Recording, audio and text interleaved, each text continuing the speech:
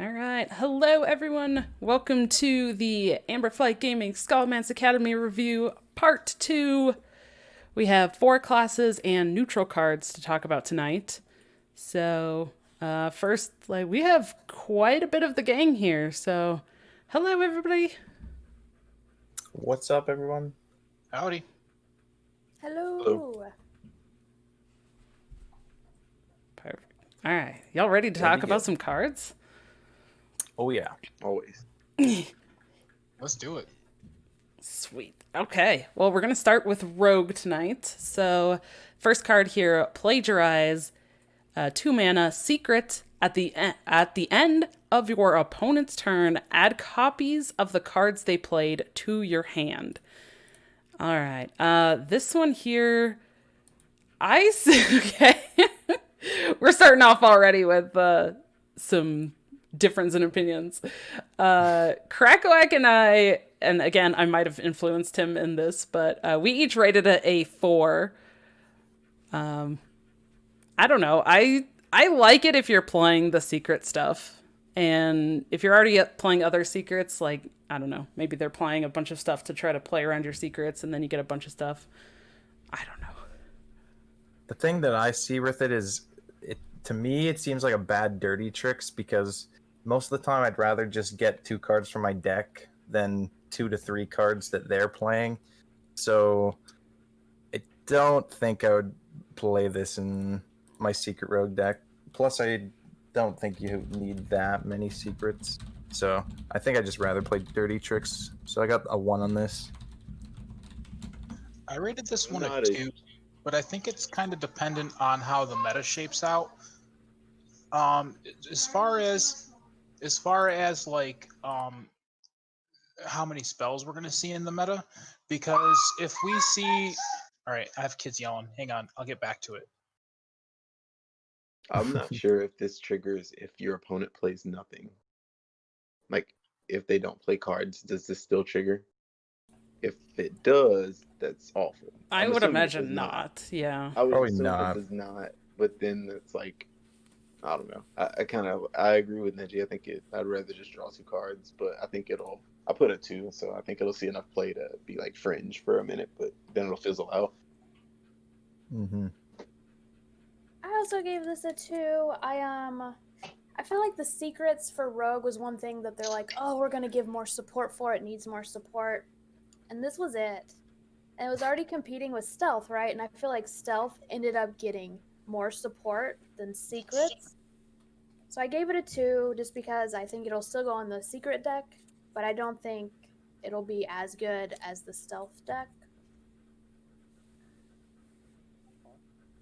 Yeah, All right, I agree. So this one of the things that I see with this card is that it kind of works in conjunction with dirty tricks in a way. If your opponent is testing for dirty tricks and this doesn't trigger, they know it's not dirty tricks, but they don't know it's plagiarize. And I did get confirmation from Alex that, from Alec, that this triggers at the end of the turn.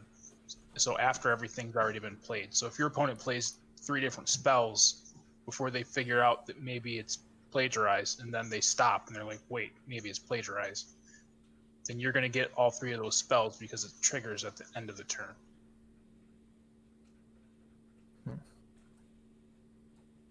I think if they don't play anything, would it trigger?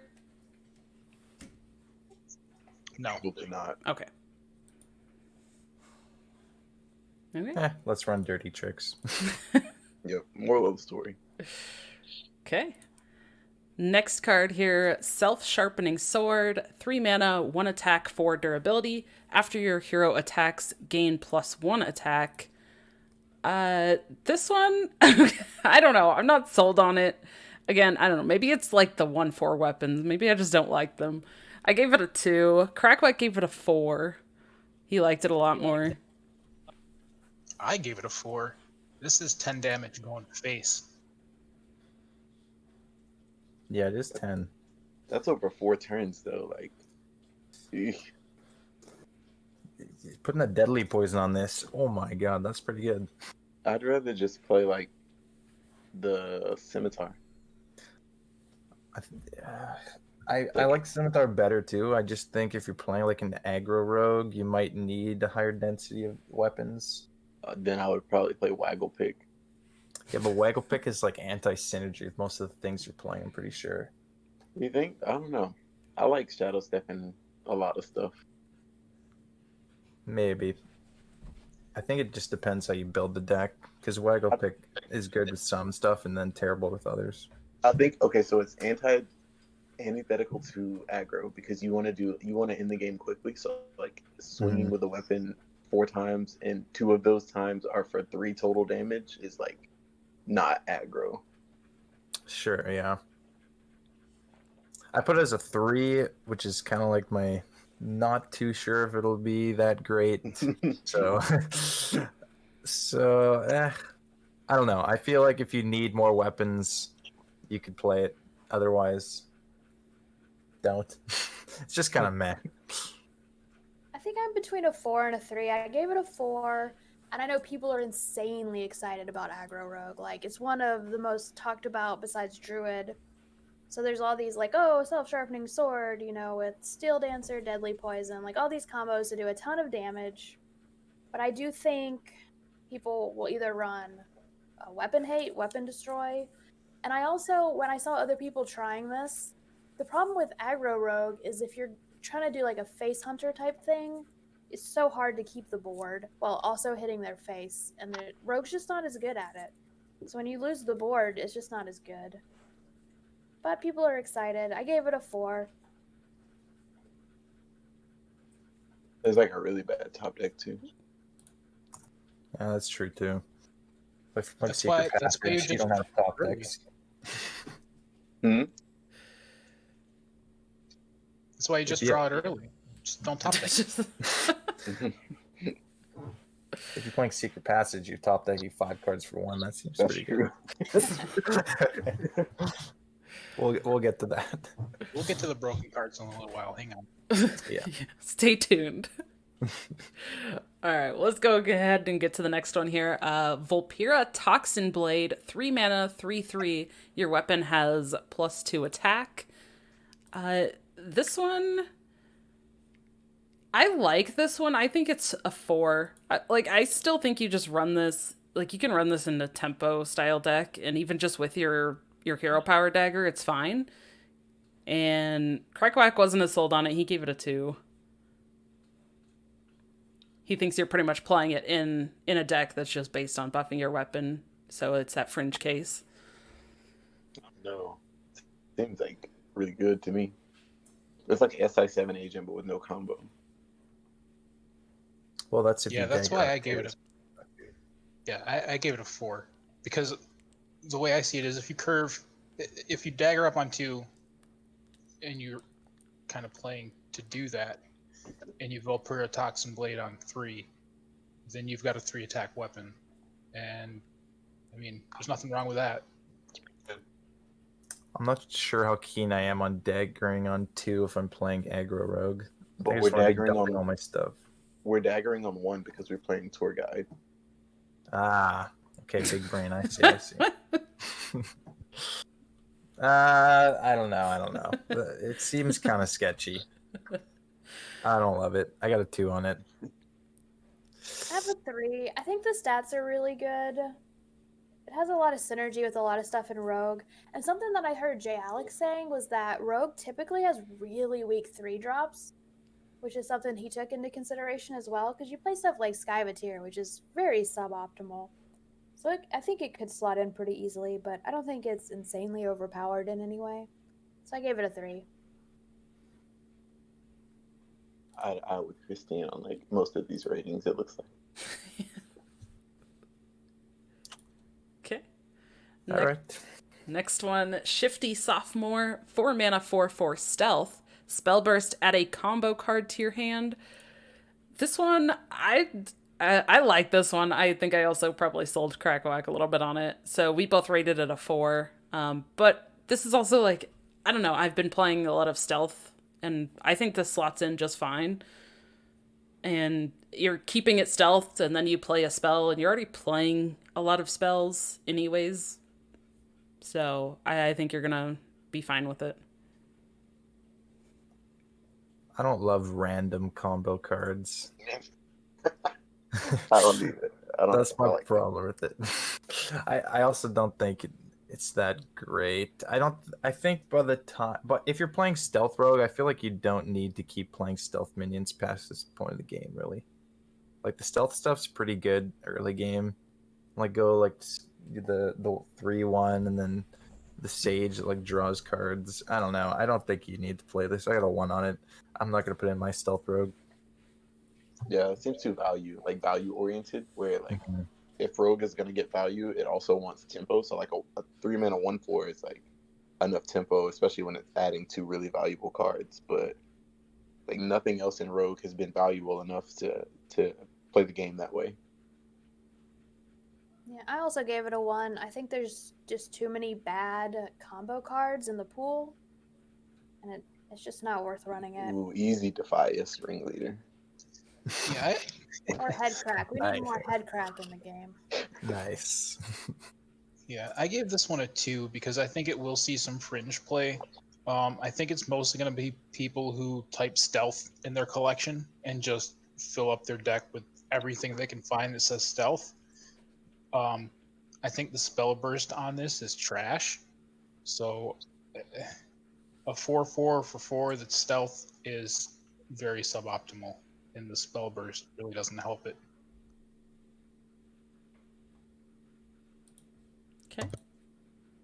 I'm so upset with y'all about this next card. I'm not even. What? Wait, which card? Well, let's talk The about next it. card? Cutting Wait, class. what? Yeah, this is dual class, and okay, I Crazy. guess I should say we talked about it last night, but when we're evaluating these cards, we are evaluating the dual class per class. So right now we're just going to talk about how this pertains to rogue. So cutting class, 5 mana, draw 2 cards, costs 1 less per attack of your weapon.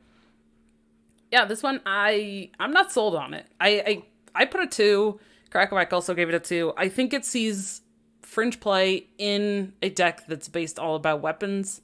But I don't know. Like, I think Galakron and the Togwaggle draw, like, you're already playing that stuff. And I feel like that's just better than playing something to draw to. So I think that the weapon buff, quote unquote, rogue is like ideally a 4-mana weapon, 4 to 5 mana, and that's like 0 to 1 mana, draw 2 cards in an aggro deck. Like you always want 0 to 1 mana, draw 2 cards in an aggro deck. I feel like Hooked Scimitar is the only weapon that'll have that much attack. Your dagger, it makes Deadly Poison a negative 1 mana card. I'm just so okay with that. But we have Secret Passage. I know, you got to get to it. You're just going to dump all your South Sea deckhands and weapon buffs and then have no cards. I don't like conditional draw effects that are bad if I don't have something in play. Aeroponics was good because it was conditionally discounted. Okay, That's the but there only are like reason a people could play million Treant. treants in the deck. There's like 2 weapons in this deck. No one played Treant Druid if there was no Aeroponics. That deck would have never got played. Okay, but I think the reason you're playing aggro rogue is because Secret Passage exists. Fair. Fair enough. Yeah, I I literally don't know. put 1 passage better. Maybe if you need to get to your passage, like Itachi said, maybe. We'll see. Yeah, I gave this one a 1. I don't think it's gonna perform. I don't think we're gonna be running enough high impact weapons for this to matter. As much as I like the self-sharpening sword and I think it's good, I don't think it will see as much play as I'm hoping it does. And in that case, we definitely don't see cutting glass. Prove us Well- wrong, Itachi. Do it. It's okay. I cut class a lot in high school, so this card just resonates with me so much. Love it. Nice. All right. Next one, Coerce. 3 mana, destroy a damaged minion, combo, destroy any minion. I like it. I like it a lot. I think it's a solid 4. Krakowak also thinks it's a 4. I mean, I feel like there's enough ways to deal a damage and have damage stuff. And then if it's not damaged or you can combo, and it's cheap enough, I think you can get the combo off just fine to be able to destroy a minion. This is not good. what? I Crazy. like it. What are you gonna do? You're gonna backstab coerce, or you're gonna face tank it and then coerce? Either way, I don't like it. I'm gonna sap your minions Face because tank coerce sounds not bad to me. I'm not gonna lie. I'm just gonna sap it. That's what I it. put, Itachi. I put sap better. Yeah. You run sap over this every time. I Or mean, stun her or sapping what. just delays the inevitable. I'm just saying. Lets me go face. Yeah, That's and what then you kill them. Yeah, but coerce kills things. you want to So kill a does Still cartoon? Fate, so does Backstab, so does all Who the plays Cartoon? lackeys.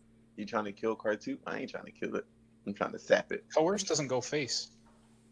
Sap doesn't go face. No, but it Not- removes the taunt, so you can go face. So does coerce. Not bone rage. Not when it has reborn. Who's playing Bone Wraith in Cartoon? There's like I am. Mage and Hunter and Warlock. Nah, it's good. 4. What? It's cheap removal. It's good. There's no way this is bad. It's a more expensive execute. Okay, I would play more expensive execute in Rogue. Assassinate for 5 mana is bad. Assassinate for 3 mana, no, that's good. So So your bad. rogue deck's gonna have Backstab, Seal Fate, and Coerce. I'm not playing Galakron Rogue anymore. So you're playing face like aggro rogue, We'll figure it out. which means you want to go to the face, which means you want to sap stuff. Well, maybe we're playing Tempo Rogue, less complete aggro. I mean, at what It's point good. does this become good when you look at the toughness of a minion? Because if you face tank something, like say you backstab and then you punch it, so 3, coerce doesn't matter there, and then if you punch it and then coerce, you're spending 3 mana to kill something with 4 health that you could have maybe sapped for 2 mana. I mean, it doesn't And have to be you have to damage. have your weapon equipped. You can just combo it. Okay. It seems a bit worse than I've originally thought. I've been talked down. I just feel like it takes a lot of work to make this good. Okay, I don't think it's bad. I'm playing it as a 3. I'm still higher than you guys, except for Dragon Rider. I don't know. I don't All mind. I don't even mind slotting just one of these in Galarogue. You're slapping a lackey into something and then playing this. It's fine. You're gonna need removal for those druid beasts. Trust me. Those things get big fast. Yeah. How are you gonna kill that Kael'thas? You're gonna sap it? Crazy. Go ahead and coerce the winged guardians. It's back to a 4. Wait, that's wrong. Coerce the Wing Guardian. Nah. Wait. Why am I playing Wind? Are Wing people Guard? playing Wing Guardian again? 'Cause Yeah, I'm not scared. playing that. Okay. Maybe. Good. Hate that card. my beast druid's playing 5-cost beast and Kael'thas, not Wind Guardian. The good druid. Yeah, the good deck. The deck Coerce is going to be on- nerfed in like a day. Yes, that one. Coerce is gonna be nerfed. No, the druid deck. Oh, the druid. Okay, yeah, you're right.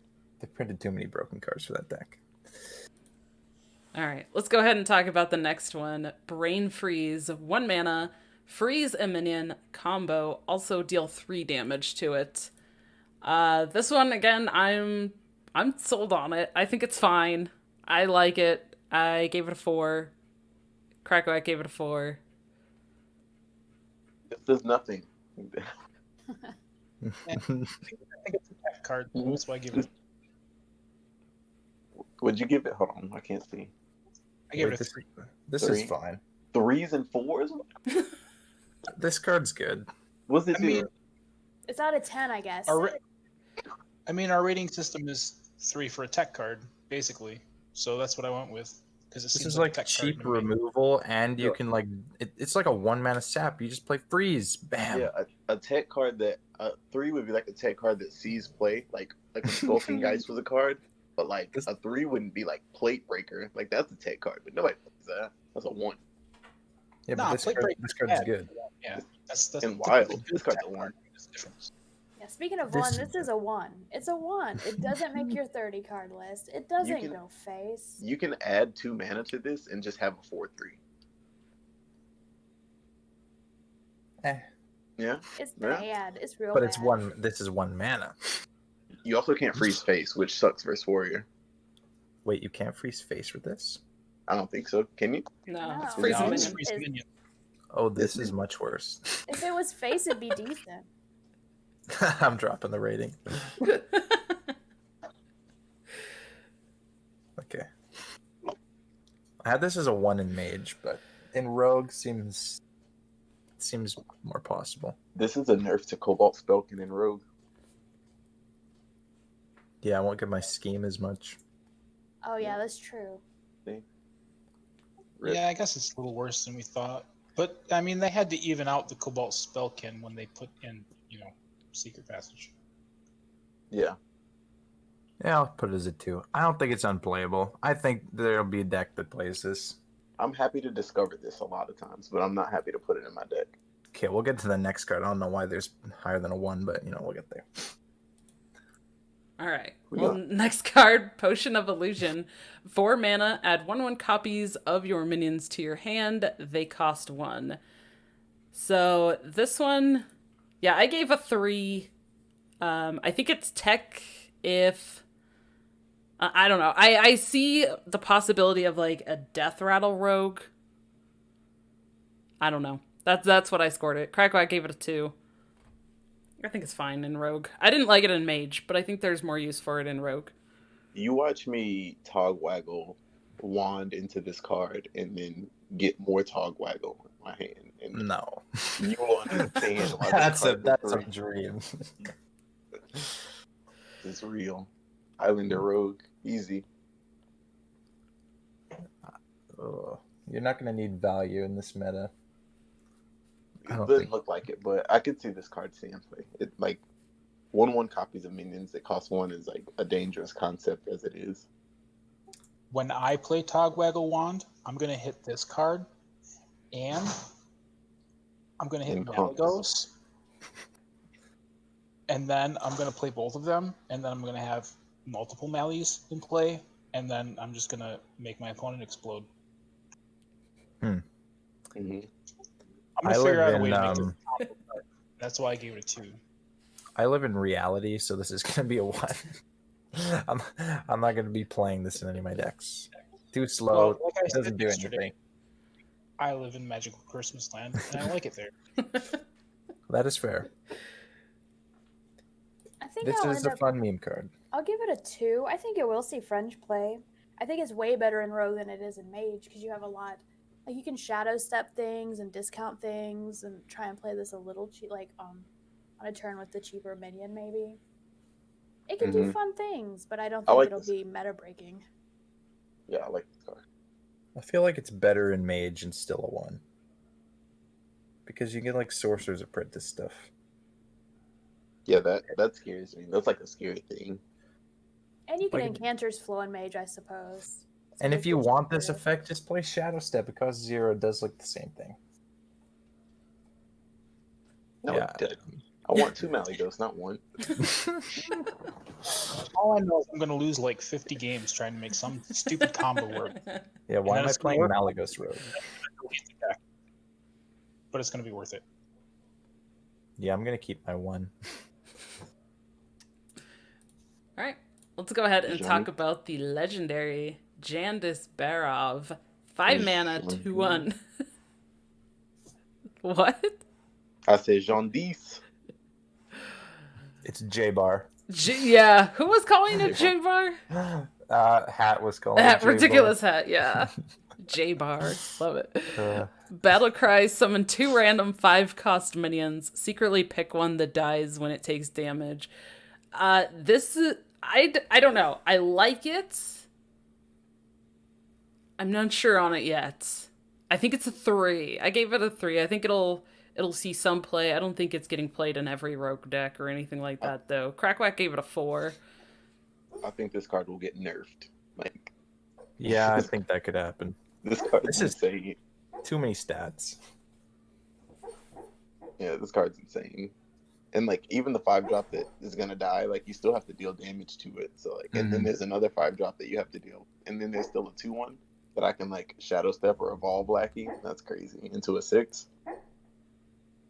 And Yeah, the this thing is is, they don't know which 5-drop is gonna die from damage. So I mean, they have to 50-50 shot. They could run a 1/1 into one of them, and then And it it'd be like doesn't the die. wrong one. I Now love mind games you cards. put them in like this weird position, and they've got to figure something out, and they don't know what to do. It's one of those mind trick cards, and it's gonna be fun to play with, and it's gonna be powerful. And I gave it a 5. I think if this if this card they knew what one you picked, I think you'd still play it. I agree. Yeah, Just so much that's why it's so stats. good. So much stats. It's a 5. I think it will be nerfed. And I think it's really good in Rogue. Yeah, this is real nice. 5 for me as well. Well, speaking of 5, let's talk about another 5 with Secret Passage. 1 mana, replace your hand with 5 cards from your deck, swap back next turn. Start the next card. Yeah. Yeah, I gave this a 5. Crackwack gave it a 4. Yeah, it looks like Can you everybody count gave to 5? Or... I'll tell him you said that. I used to play Magic the Gathering, and there was a card, Memory Jar, and this is basically that card, and that card cost 5 mana, and it was freaking busted. It's like banned and shit now, and this is stupid. Don't dust the There's extras. no of reason these. that this should be. Yeah, if you get extras, keep them forever. This card will get nerfed. I don't like to guarantee things. I guarantee you this card's going to get nerfed. There's no way this card does not get nerfed. It's way too strong. If you play it and you get card draw spells and you play those card draw spells, you still keep the stuff that you drew after it switches all your stuff out. Like, I know that much for sure. I saw that. Yeah. Anything you generate, you still get to keep. Mm-hmm. Yep. Yeah, that's silly. This is It's stupid. so wonky.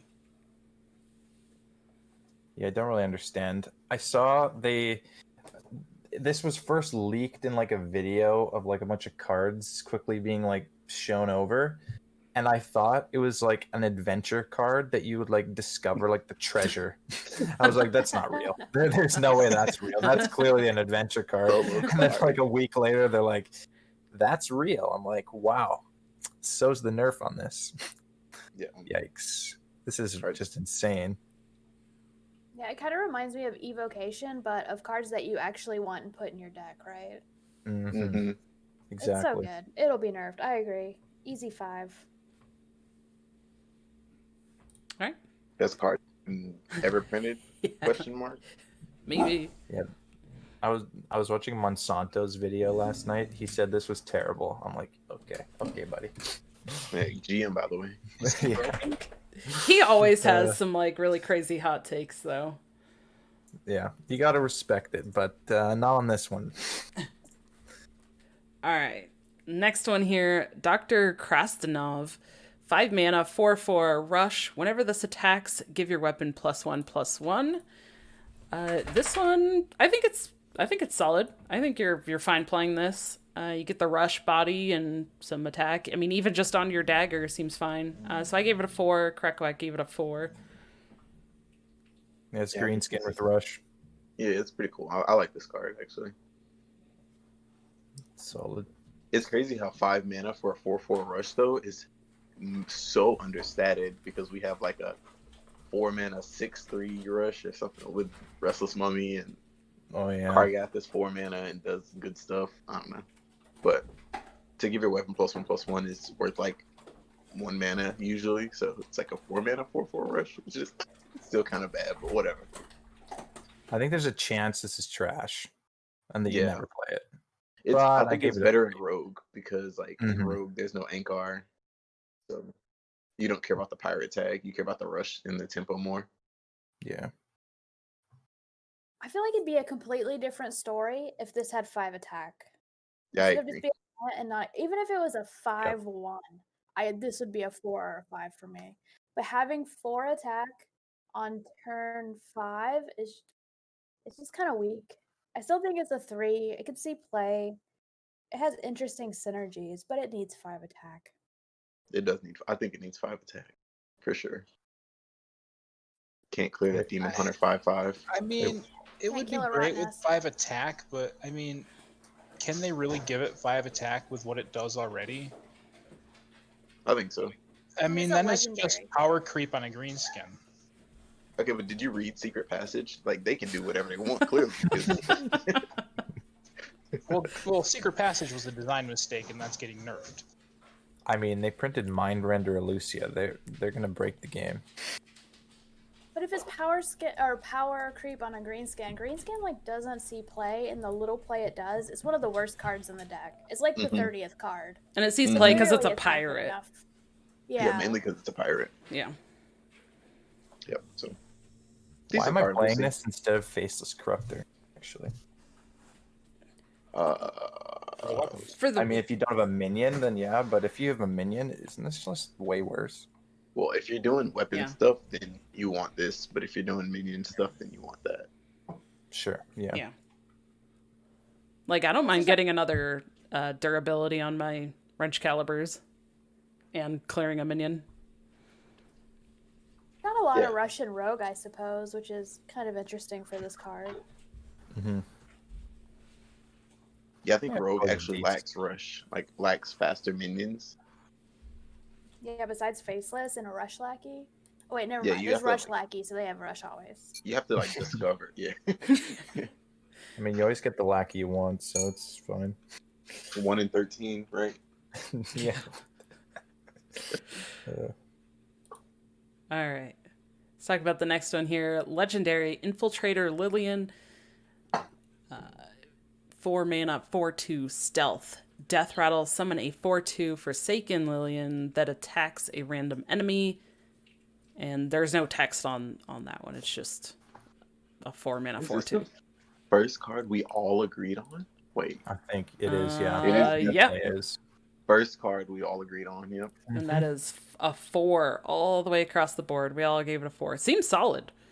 It's like, I don't think it seems super overpowered, but you could slot this into stealth. You can just play it for, like, to fill in the 4 mana. The fact that you can like trade it into a minion and then just have a 4/2 that goes face and sits there is. Yeah. Yeah, the dog likes it too. Loves it. It's like Felmaw. The Death Rattle is like Felmaw, which we all know is pretty insane. So, yeah. Yeah. It's good. It's really good. I'm playing this in my aggro rogue. Right, it's like It's also Felma good. without the dormant side effect. Yeah, it's Yeah. just instant. I think it's also a good comeback mechanism. So like normally when you play a stealth minion, it's like not. It'll get you 1 minion back on the board. Like it'll 1-for-1, but this 2-for-1s, which is important. It's true. Well, unless you just smork them.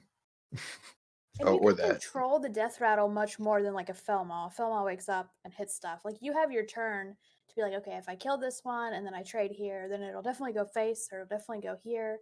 Like you have much more control kind of over it. Hmm. And if they AoE it, it still goes face. Always face. It's way better than a comma. Oh god, that card. That card is awful. But that's Yeah, the why bar. Is why really did I low. think that would be good? God, It's everyone so thought it would bad. be good. I think a But it's clock always said it would be bad. But yeah. Yeah, this is good. And the artwork's a 5. I agree. Did you know that Death Rattle one Lillian, looks good too. Lillian Voss is that card? Mm-hmm. It's the same character from World of Warcraft. Shame that one never saw any play. Yeah. Lillian Voss. This one does. She also this character killed Gambling, Headmaster Gambling, that Priest Warlock card. She Ooh. killed that person in Scholomance. Oh really? Mm-hmm. That guy's pretty good. guess we'll get to that. All right. Well, let's go ahead and go to the next one. Steel Dancer, 4 mana, 4/4, Battle Cry. Summon a random minion with cost equal to your weapon's attack. So I don't know. In Rogue, I'm not super sold on it. I think it's. I gave it a 2. Krakow gave it a 2 for fringe play. Like, I think you're putting this into, like, if you're playing a deck based all around your weapon stuff and buffing your weapon. But outside of that specific, I don't really see it seeing play. Wait, did I give this a 4 and no one else? Oh, All right, you go first. Why is it good? okay. So what would you consider good stats for vanilla 6/6? I mean, a vanilla 4 mana card 6/6, right? Like 4 mana 6/6 would be really good. Yeah, you want a 2-drop at least. An average 1-drop is a 2/2. On average, a 1-drop is 2/2 worth of stats. It's a 4 mana 6/6 immediately. Like, and if your weapon is any bigger, it's insane. I feel like the average is a 1/2. Okay, so the average 5 mana card, right, is a 4/4. Okay. And if you're summoning a 4 mana card that's a 4/4 that summons a minion, I feel like that's really good. It's like almost Jandis Barov level of good. If I'm curving hooked scimitar into this, I'm very happy. Yeah. Or So, even just like maybe anything. Deadly Poison, if you played it earlier, if you play the Volpera and it sticks and you just like play this and you get a 3-drop, I think it's really good tempo. seems like cutting class again, where I don't know if we're really running that many weapons, but I guess maybe it's just good if you have. It's just good enough if you have dagger equipped. Like, Nah, would you so play what it? you Okay, do so is you I'm you sorry. self-sharpening sword, and then you coin Deadly Poison. Do that on 3, right? And then you attack on 3. So then on 4 you attack again. So now you've got 3, 5. So now you've got like what, a 7/4 weapon, Right. and you So play Steel Dancer. Currently, a 3 mana 4/2 in Demon Hunter that summons a 2/2 is like one of the best cards if you play it on curve. And that, when I say on curve, I mean on curve with the Demon Hunter hero power. So it's like a 4 mana 4/2 summon a 2/2. This is a 4 mana 4/4 summon a 2/2. Yeah, but that thing is so easy to trigger. You just click the button. You just Well, I hero guess- power in Rogue. It's the same thing. Yeah, we got a hero power turn 4. Then you hero power in turn 3. I guess you hero power in 2 and don't use it, but okay. But so once you drop this 4/4, it's no one cares about it, right? Mhm. That 4/2 is an instant taunt, like a soft taunt. Like you have to handle that, or it gets out of hand. This is like, it's done its thing. Here it is, the end. It has no Yeah, but special effects. It has no rush.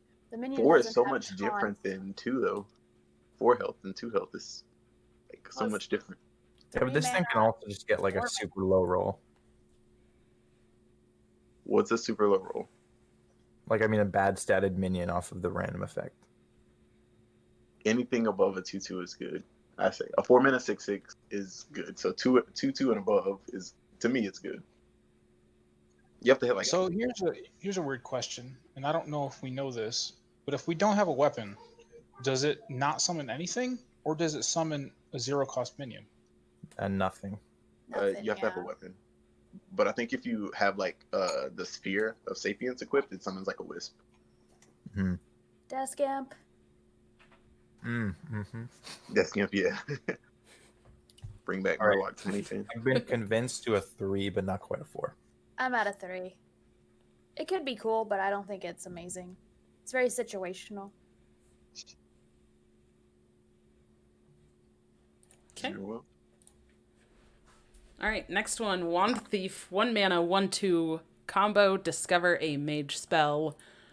Let's see. This one, I don't know. I think it could be okay. But Krakoak and I each gave it a 2. I think maybe you're playing it if you want, like, maybe in that kind of more aggressive deck or something where you're playing lower cost stuff. I don't know. I'm fine finding this.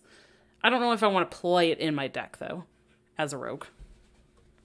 This with Vendetta. Mm-hmm. Yep. Yeah. Burgle Rogue. Easy Vendetta activator. You could bring back, yeah. I think that's where it really shines. Would be The with 2 mana Vendetta. 3/4 rush is just insane. So like if you can make that go off on turn 2, then you're winning a lot more games than normal. hmm I ended up giving it a 2 because I know the possibility of the Burgle Rogue, so you could bring back Fence and Vendetta. But I don't think it'll be a good deck. I think it'll be French. It's So that's fair. why I gave it a 2.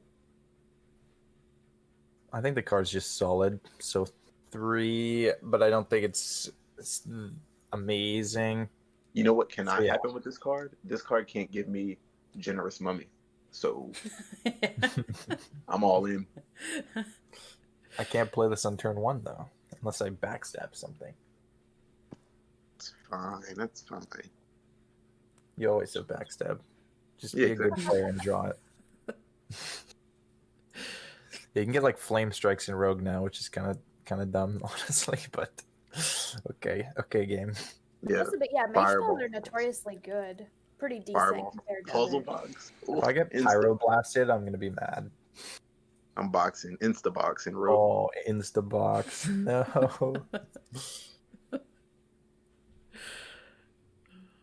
Alright. Oh, we out of Rogue. We're out of Rogue. Alright. Anything else on this one? This is the last rogue card. Play Secret Passage. You'll win games. Before it's nerfed. Yeah, while you can. Exactly. Well, Wand Thief can't discover Secret Passage, and that's the problem. And that's why I don't like it. There you go. Fair. Fair assessment. That's sound logic. Alright. Well, let's go ahead and move to Shaman. The first card here, Rune Dagger, 2 mana, 1/3. After your hero attacks, gain spell damage +1 this turn. This one, I don't know. I don't like it at all. I gave it a 1. Crackquack gave it a 2. Well, I like this card. Mm-hmm. It enables the 3 mana 5/6 that can only attack if you have spell damage. That's a lot of stats. If you like guarantee spell damage, it's insane. Yeah, I like that you can just get spell damage when you want it. Like you don't There's have also a play 2 mana minion. card that says like if you have spell damage, draw a card. It's a 2 mana 3/2. It's really good. Yeah. I was playing this weird borderline spell damage shaman for a little while in the previous metas. It was almost fair.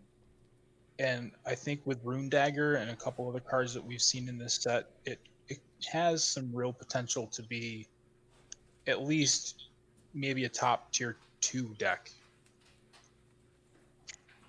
I'm just throwing this into aggro shaman with a bunch of spells, molten blast and stuff like that, and I'm getting more damage into my stuff, and I have a weapon. I think there's lots of uses for this. It's just really good. I agree. It's the best thing you can do is spell damage, right? Because all the other classes rely on sticking like a minion. But sticking a weapon is so much easier. I gave it a 3. I'm excited for the potential of it and Spell Shaman. I think it has really good synergy with Roz, which I know we're going to talk about later. But I think Roz is going to be harder for the other class just because you'd have to stick a minion for it to be better. But with this weapon and the Roz Frost guy, I think it's really nice. Yeah, that's a good point. Yep. Yeah, one of the great things with the dagger too is since it's already equipped, you don't have to expend mana to play another spell damage minion. And then you can just choose when you want to get that spell damage active because you have 3 charges, as long as they don't destroy your weapon. I think with the support cards that they've printed for spell damage, having it on demand is like almost borderline dangerously good. Like it's teetering on like, oh shit. That's what I think. Yeah. Right. I love that we have so many differing opinions on all these cards. Yeah, it's fun. Alright, next one. Molten Blast. 3 mana, deal 2 damage, summon that many 1/1 elementals. Again, I don't like this card either. Like, I'm paying 3 to deal 2. Maybe if I'm playing spell damage stuff, you can get that up, and then you're getting some 1/1s. I don't know. I don't see it. I give it a 1. Crackwack gave it a 2. Like, it might see fringe play in, again, like the spell, or the, spell damage stuff is what he was saying, but I don't see it. I don't like it. Yeah, I gave it a 2, but I think we'll have to see how it plays. It might actually be better than that. Because like you said with the spell damage, if you play Rune on 2, and then you smack something with 1 health, or you go face on 3, and then you play this Molten Blast, now all of a sudden you have 3 1/1s, and you traded something off, got rid of something from their board. So now you're ahead on board. I don't know. There might be something there. So even though you have those 3/1/1s on the curve, which is the ideal situation for this card, isn't Serpent Shrine just better? That's my only problem with it. Isn't Serpent Shrine deal 3, summon a 3 mana minion? I mean, it's better by itself, but it does have overload. And overload matters when you're playing a tempo deck. I mean, I'm still running Serpent Shrine Portal in this deck too. That card's really good. Well, there's that, and also the Molten Blast. If you get a little bit later in the game, you get more spell damage, and then you get a board full of 1/1 elementals that stick. You can Bloodlust next turn for lethal. Yeah, this is good with the 1 mana AoE buff, Storm's Wrath, I think it's called. And also just, you Rune Dagger, and then you play this on 3, it's like Implosion, and that card was really good. And you're getting 3 of them. I'm happy with that. So 3 for me.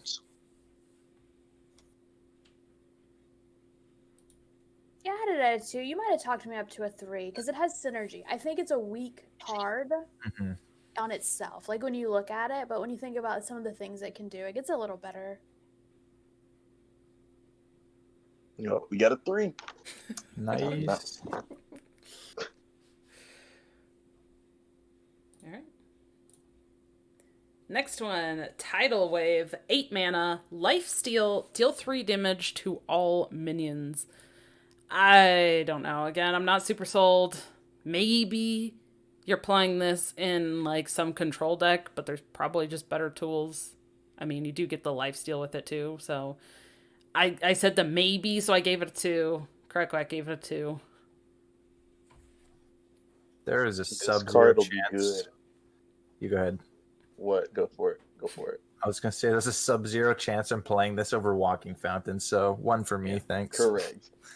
I was about to say this card won't see play until after the rotation next year, because Walking Fountain and the 2 mana spell that has Echo will rotate out. Oh yeah, Witch's Brew. But after that, then it can see play. If our scale went below 1, I would keep that way. I like it. I don't hate it that much. I feel like in the Shaman control decks, some that I've seen Harash play, you could run Artificer. This could be kind of bonkers. On 10, which is super slow. I don't know. It's a 2. I think it'll see Fringe play.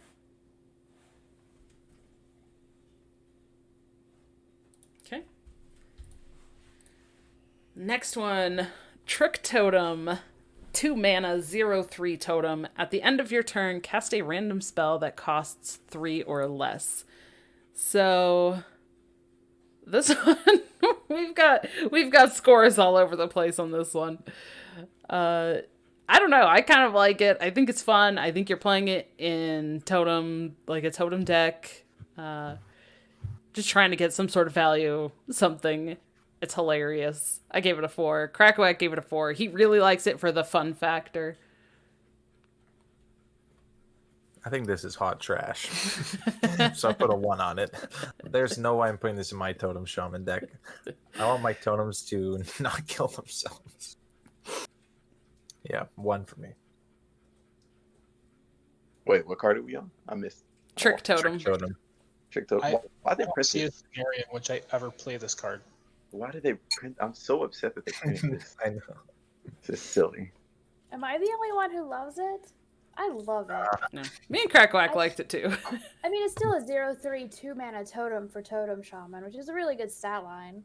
Probably one of the best, right? Because evil totems 0/2 are the The Lackey 102, and then the 3-mana 103. This could high roll. This could cast Totemic Reflection, right? I think it could do That's cool why stuff. I don't like it. That's so But it's scared like of that happening. it's like box, right? You live by the high roll and you die by it. Yeah, but box casts 10 spells, so if one of them's bad, the other ones make up for it. This is just like all in one. Let's go. What do you And if think this it'll... kills itself, you lose the game. The game is over. You can't win. You're playing Totem Shaman. You have to play for board, and if this kills itself, the game's over. I'm not exaggerating. What do you That think is is an all- that is auto true. kill though on your opponent's turn? Say you drop this on 2, do they have to kill it? They still have to kill it, right? I'm If not you're gonna killing it. Totemic Reflection. They're Yes, complete I would spells. probably try and kill it, but there are other totems that could be playing on turn 2. You can just play Tour Guide Hero Power, and you're like, oh, okay, that was better. No. I love it. It's cool. I just don't think it's I- practical. I do think it's cool. I Like, would how agree many with that. good spells are there really in Shaman? A 3 or lot. less.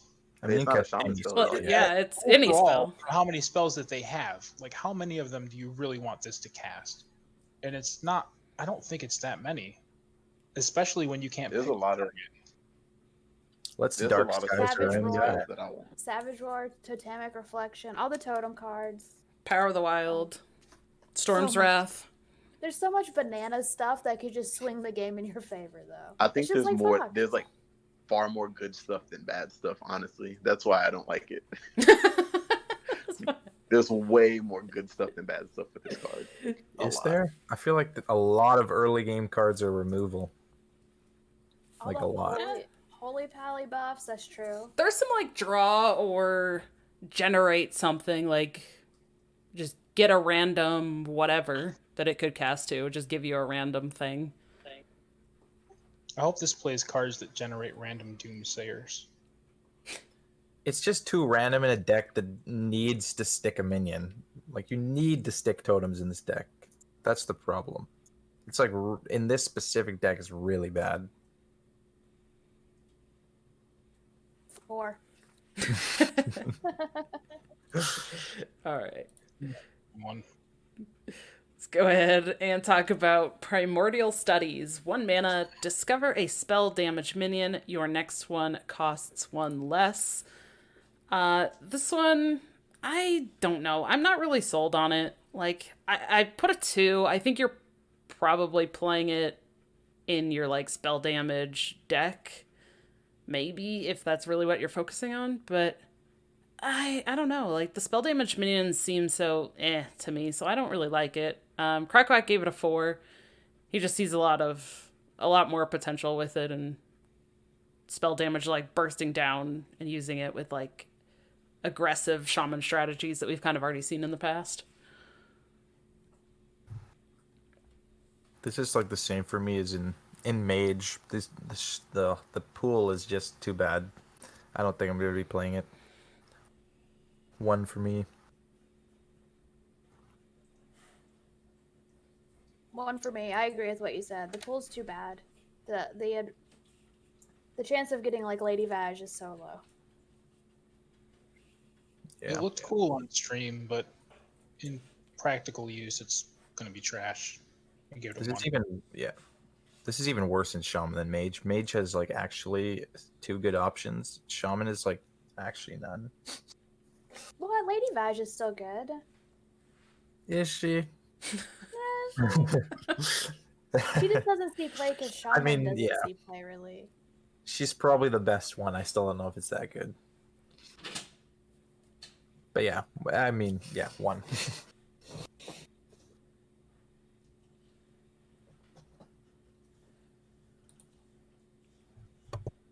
Okay.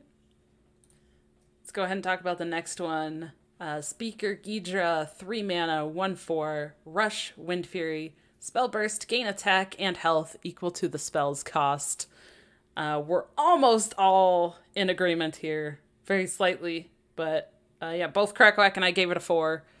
Seems solid. I think we talked about that when we talked about Druid, but it still seems really good in Shaman. And I think it sees play in a variety of Shaman decks. Like, you can play this in a more aggressive deck and kind of have this big thing that has Wind Fury that you can push damage, or in more of a control-y to kind of beat down their stuff. So I like it.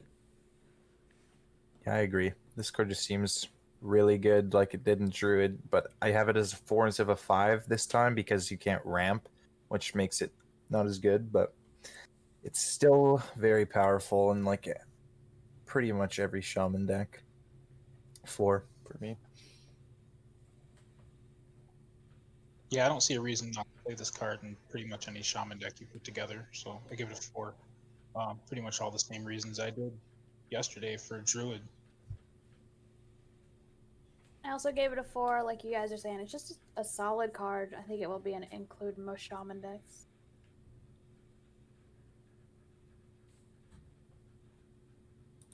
One of us gave it a 3.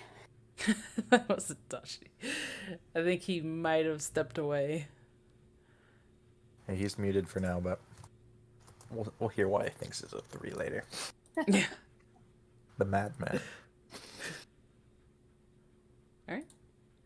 Gonna talk about the next one. Legendary Instructor Fireheart. 3 mana, 3/3.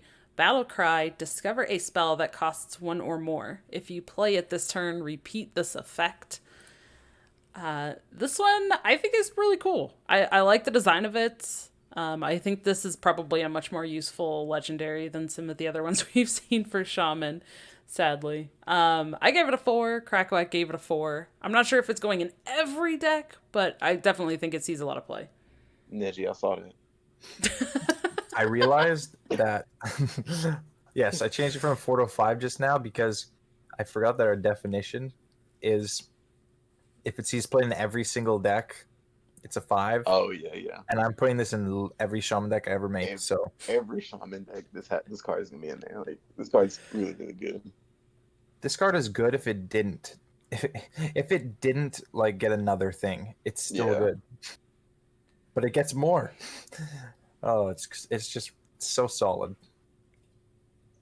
Yep, Yeah, I right. gave it a 4.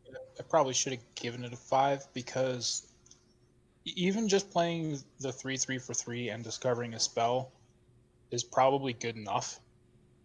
So if you can play that and discover another one, then that's just gravy. I'm not a believer in this card. I don't think it's that great. I think it's a Vulpera that could be better late game, but it'll stay in your hand a lot. I think you put it in there for the high roll. I think it's kind of like Hanar, where like if you get Hanar late and you can just go off with it, it's amazing. But most of the time, it just stays in your hand and doesn't do much. But like Hanar, you have to have other stuff though. Like you have to have secrets. I know Yeah, that's this what I'm could saying change though, is itself. that like to keep it chaining, right? Chaining is what makes this Oh good. yeah, to Otherwise, it's a chain, yeah. Vulpera, right? It's just a Vulpera.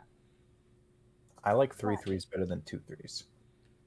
But yes. Oh, but yeah, that's what I'm saying. I just don't think it's as good as everyone thinks. You don't think you're putting this in every Shaman deck? You put it in there for the chance of the high roll, but I don't know. I just don't think it's good. I think it'll stay in your hand a lot. Put it in there, didn't you? I'm happy to play this on turn 3, I think. What?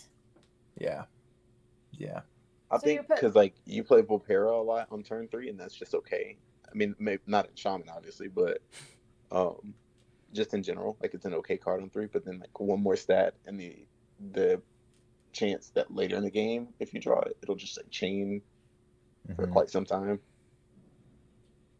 Not even good. It's played in like one class, and that's because that one class only has a few spells. Right? Oh, Demon Hunter, yeah. I'm not sold. Guess we'll see. True. That's true. All right, the next one, Runic Carvings, 6 mana, choose 1, summon 4 2/2 Treant Totems, or overload 2 to summon them with Rush. This one, I wasn't sold on it in Druid. I'm not really sold on it here. Like, I guess, I gave it a 2, Crackwack gave it a 2. I think pretty much just, you might run this in, like, your Totem Shaman, because that way you can kind of get a board, but I don't know. Other than that, So when you think about this card, it's not like awful, but it's pretty bad. Like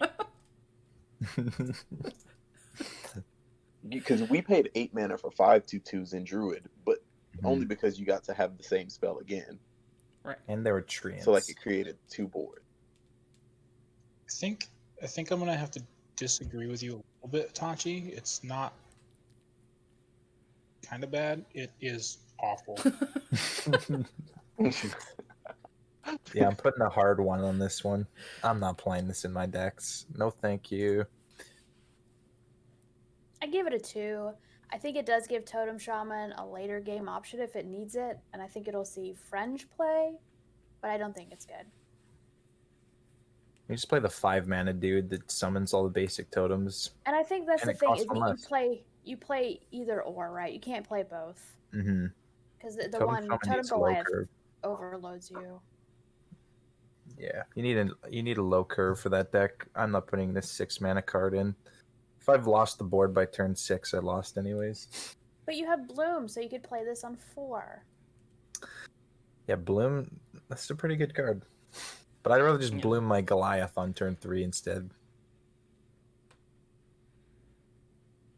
Actually, speaking of Bloom, and shout out to the chat going on here, but yeah, Harash is saying from playing Vulpira, like not getting 0 cost spells is huge, but yeah, because with the previous card we were talking about, the Fireheart, she's never gonna discover Bloom either.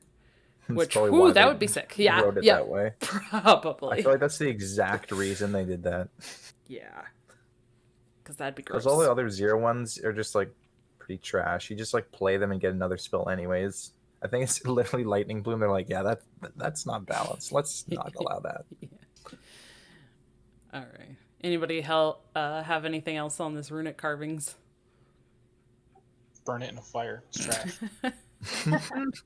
It would burn pretty easily. There would. True. All right, let's go to the next one. Groundskeeper, 4 mana, 4/4 taunt, or 4/5, excuse me, taunt. Battle cry. If you're holding a spell that costs 5 or more, restore 5 health. This one, I think it's fine. Like I like it in Druid a bit more. In Shaman, I gave it a 3. You're probably playing it in like Control or something.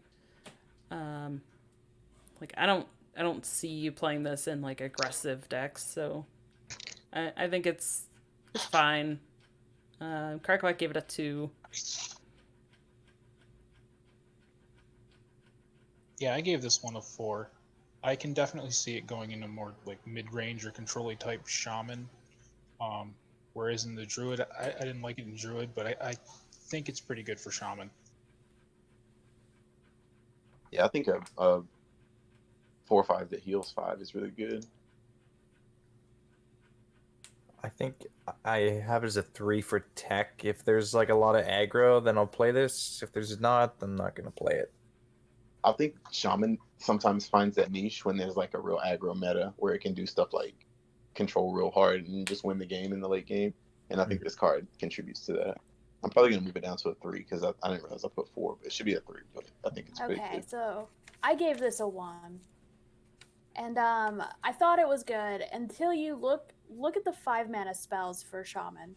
If you look at them, you have Dragon's Pact, which will only see play in Galakron. Then you have Hagatha's Scheme, which is probably the only card that would go on Control, right? Then it's Runic Earthquake. Carvings, Earthquake, and then Tidal Wave. There's just not a lot of spells for it. And I think that's a big problem with it. I think 4 is enough. Yeah, 2 me- scheme, 2 earthquakes. Wait, good, what are I you think. running? You're gonna run 2 Earthquakes?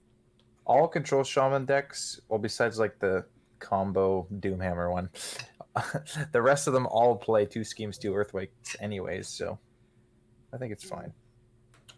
I think there's better healing. Oh, there's definitely better healing. Yeah, but you're not playing this just for the healing. Yeah, this is taunt. I like taunt. Cheat. Easy cheat. Taunt and heal, double cheat. Oh my god, mega heat, mega cheat. Oh boy. We're not far enough into these cards to start getting delusional and misspeaking yet. He's in Canada. He might be. I think we're all wait. ahead in time. He's the one behind us all. Like, it's later for us than it is for him. Oh, is it? No Whoops. excuses. It's 7 o'clock here. Wait, Whoops. you can just like Soul Shard, Lapidary, and Demon Hunter, and you just like 5 mana and you just kill this. Random thought.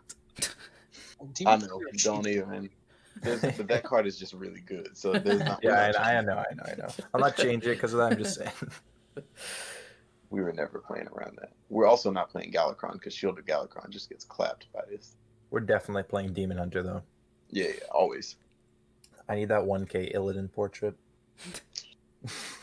Man, I don't even have 100 wins yet. I don't have What? a single 1,000. I don't have any thousands either. All right, let's go ahead and talk about this legendary. Raz Frost Whisper, 5 mana, 3/6. At the end of your turn, deal 1 damage to all enemies, improved by spell damage. So this one, okay, you know what? I gave it a 2 originally, but also because I forgot or didn't realize, and we talked about it last night, that it's all enemies, so it also hits face, which I like. I'm gonna give it a 3 instead. Like, I think it's okay. I think you're still playing it. Crackback gave it a 2. This is just good, and you're playing Rune Dagger, so it's just even better. 4 for me.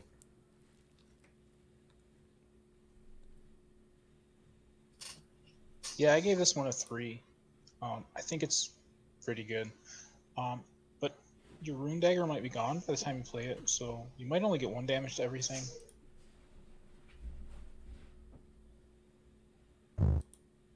Like, it's still Despicable Dreadlord. That card was good. Oh yeah, it's still good for sure. And hit face. Yeah. Yeah, I gave it a 4 as well. It's just such a good card. It has soft taunt, which I'm a big fan of. It's so good with Rune Dagger. I like it. I like it more than healing myself for 5.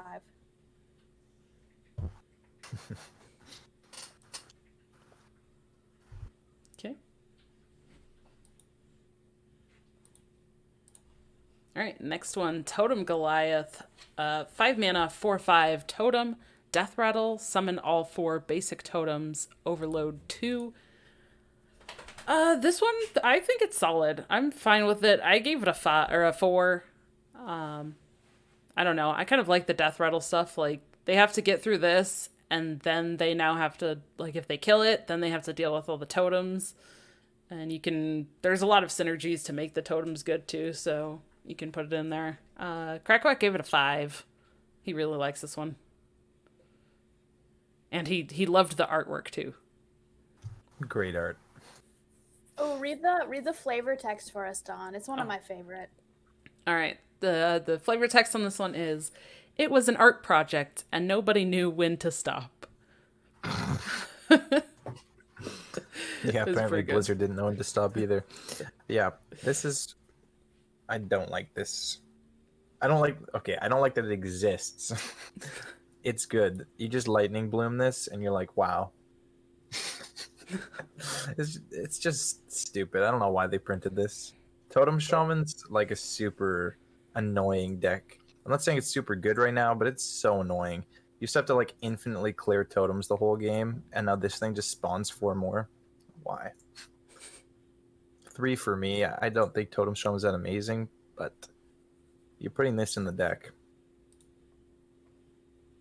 I gave it a 1. I think it's too slow, and it's got the overload. The only thing that helps this card out is Lightning Bloom, but that helps everything out, and that's an issue with Lightning Bloom. That's fair.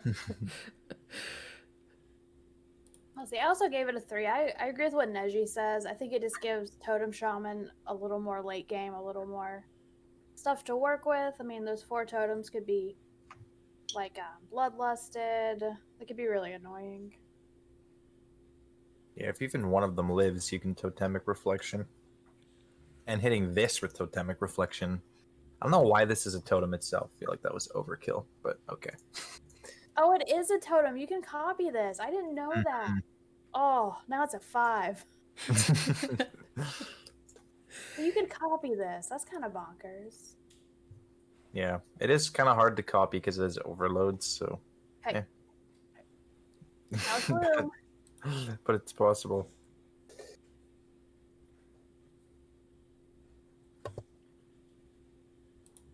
Right. Go ahead and go to the next one here. Devolving Missiles. 1 mana. Shoot 3 missiles at random enemy minions that transform them into ones that cost 1 less. Looks like we have some different disagreements on this one as well. I think it's still solid. I think we all scored it pretty highly in Mage, right? I'm still scoring it a 4. Crackwack gave it a 5. He really likes it. I think there's enough tools to really just help. I'm playing Devolving Missiles for 1 mana, and then some sort of AoE. I don't know, even like Lightning Storm, like this, and then Lightning Storm. I don't know. I think it's fine. I think it's solid. I gave it a 4. I think it's worse in Shaman than Mage because we talked about this yesterday, but you can't ping off the last thing, and a 1/1's still kind of annoying. But it's still good removal. I'm just not sure what deck you play this in besides like maybe a Control Shaman. I don't think I'm playing this in any aggros or Totem Shamans. And I'm not sure if Control Shaman will be viable, so we'll see. I got it as a 3 here. I agree a lot with what you said. I think it is much better in Mage because most of Mage is fairly defensive to start with. Because Mage needs a little time to do broken stuff. And they could ping off like a 1/1. Unlike Shaman, which it would only go in Control Shaman. Like you wouldn't want to put it in Totem or anything because you can't. Your tempo is too valuable at that point. And so that's why I ended up giving it a 3 for Shaman. Yeah, I gave this one a 3. I think it's going to be pretty meta dependent. You're really going to want to just try to get rid of anything that has like a death rattle or a big buff or something like that. Other than that, I don't really see a huge use for it.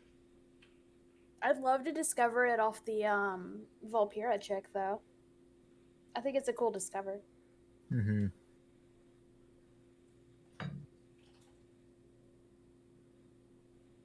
Yeah. That's true. Just playing her, like, I mean, even if you're on like 5 mana, play her for 3, find this, play it, then get another discover. Yeah, it's good. It's just good. Okay. Go ahead and go to the next one. Lightning Bloom. 0 mana. Gain 2 mana crystals this turn only. Overload 2. This one, we definitely talked a lot about it in Druid. I'm not sure if it's as good in Shaman, so I actually gave it a 3 for Shaman. Crackwack didn't like it as much. He gave it a 2, but I don't think it's going. I guess I feel like, I don't know. I don't feel like it's going in every single Shaman deck. I don't know. It's still pretty broken. I agree with you, Don. I don't think it's as good in Shaman, because in Druid is like a 30, so in Shaman it's just a 5. I still think it just enables so much early tempo and a way to get so far ahead sometimes. I think it's broken. And I think even in Shaman, if it's not as good, it also, if anyone makes the aggro Shaman deck, that like, you know, your stuff gets bigger when it's overloaded, it has synergy with that as well. Still a 5. I have it as a 4 instead of a 5 just because based off our definitions for me, in every deck, I don't think so. And I don't think Shaman's tier 1. I still think Shaman will not be that great. But this is definitely like one of the best cards, if not the best card for Shaman. So, yeah, it's very good still. But Druid is way more busted with this for sure, like everyone said.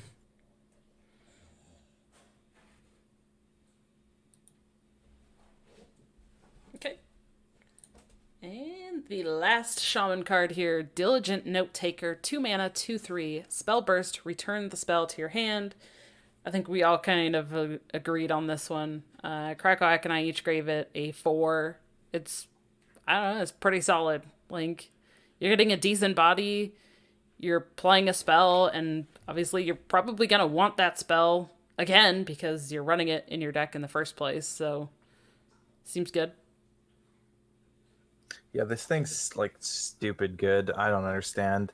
You just play this with any burn, you double the burn damage. You play this with Lightning Bloom on turn 2. You play this, then you Lightning Bloom to 2 more crystals, then you get another bloom back. You Lightning Bloom again. You're like, why is this legal? Yeah, it's just really good. But again, I don't think Shaman will itself has all the tools to be that great, so I have it as a 4 instead of a 5 because I don't think this goes in every Shaman deck. But yeah, it's really good. Kind of has a pseudo taunt if you drop it on 2 and you don't have blooms or something like that. You'll have that spell burst active. Mm-hmm. I ended up giving it a 3. I think the power level's pretty decent on it, like you were saying. With all the combos, even with Storm's Wrath, it's really good. But I think fitting it in a deck is a little awkward right now. And I can't see it in a deck yet.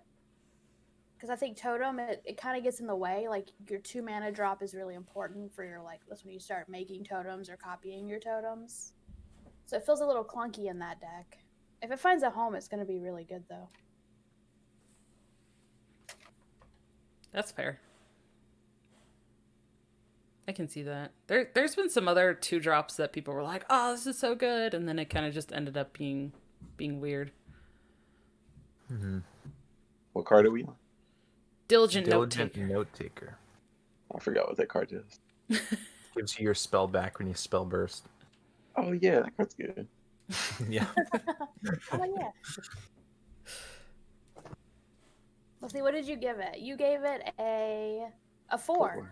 Atashi. Good man. I'm the only non-4. Okay. Join us. Maybe. What deck are you putting it in? I think that's my Just problem with it. Any like tempo-y deck. So whatever spell you're playing is like high tempo anyway. I'm probably just gonna play it on 2. It's gonna be a 2 mana 2/3 most of the time. Lightning Bloom. Or lightning. Storm's Bloom. Wrath is super solid with tempo. Lava Burst. Thanks for the Pyroblast. Yeah. True. I like Torrent. I don't know if you guys like Torrent, but I like Torrent. So, Do we like, talk? they're really good. Oh, that's a cool combo, actually. That's really cool. It's like a lot of But damage to. I don't know the if you're board. going to play that, but we'll see. I still think Shaman's trash. In general. They have good cards it's now, getting but there. yeah, it's getting there. All right. I think we have some fans of Warlock in this chat, so let's talk about some Warlock cards. First card, Demonic Studies, 1 mana, discover a demon, your next one costs 1 less. This one, I don't know. I'm not sold on it. I gave it a 2. Like, maybe you're wanting to play it, but I feel like there's other cards that have been similar to this that don't see play either, so I'm not completely sold. Crackback likes it. He gave it a 4. A 4. I thought 2 was generous. That is generous. I don't like it at all. I don't know. I Yeah, like this- this card. What are Go we on. getting? Give me my demon. Give me my flame imp on 1. It's Okay. like 4 flame imps in Zoo. Just Or run a just flame. do yourself a favor and look through the demon pool and come back. I know what demons in it. They're awful. Anyone who has Demons played- are so bad. Wait, oh can my it played do- gosh, Galaxy there's like Does nothing. this- There's and like Does you this nothing discover from playable. outside of class or no? Is it only Just in Warlock and neutral. in neutral? Right. Okay. Yeah. Yeah, I'm okay with that. Oh. There's like one good demon. It's Flame Imp. I'll take flame imp. I'll take void walker. There's a couple more I'll take. There's a lot of bad neutral demons. That is true. There's a lot of bad neutral demons. I don't know. I think it's okay. It's not a worst card. It's probably better from a discover. Probably not one to put it in my deck. Actually, I might move it to a 2. Because I don't want to put it in my deck. I just want to discover it from like a spell lackey or something. You can now Jiraxis on 8. Wow. Or sorry, on 10 for 8 mana and hit the button, but let's not do that. It's definitely a 1. Like I said, anyone who's played Galakron, Warlock, and Galakrons, you know how many bad demons there are. They're just bad. There's so many dormant ones too. But those are from any class, though. Yeah. It's still bad. The pool's not good enough to put this in 30 cards. Probably not. Think about it this way. In Demon Hunter, the demons are better, and they have a 2-mana 2/2 that discovers a demon, and it's a minion, and nobody plays it. I would play it if it were a demon. Would you? If it were itself a demon, yeah, I would play it. What Sure, demon if it's synergies do they have? You just keep playing it in an infinite loop. Infinite power, friend. My Demon Hunters like to go face. Not discover a bunch of 2/2s. All right. Let's go ahead and move on to the next one. Raise Dead. 0 mana. Deal 3 damage to your hero. Return 2 friendly minions that died this game to your hand.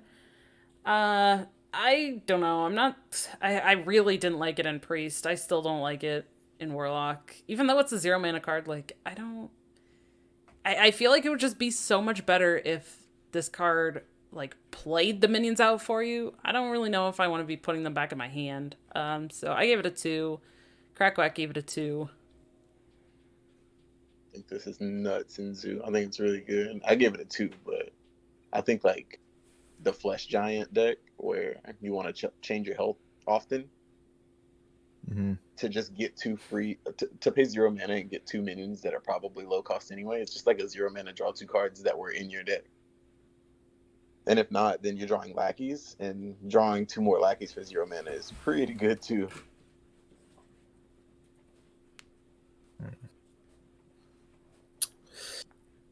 It's Actually, that's feels- a 3. it feels tough, but they do have good synergies with Flesh Giant, and this with Dark Glare is insane. But I don't know if you're playing Dark Glare. I don't know about that, but Absolutely playing Dark Glare. Let's 0 just keep- mana draw 2 cards is pretty good though. Just depends how aggro the meta is, because against an aggro deck, this is so bad. Like, you just take more damage for literally nothing. For tempo. For kill deck. This isn't tempo. This is just like take damage and like get some minions. It's value. For 0, that's not value, that's tempo. If you're paying nothing for it. But you're paying health. That's bad. Warlock pays health.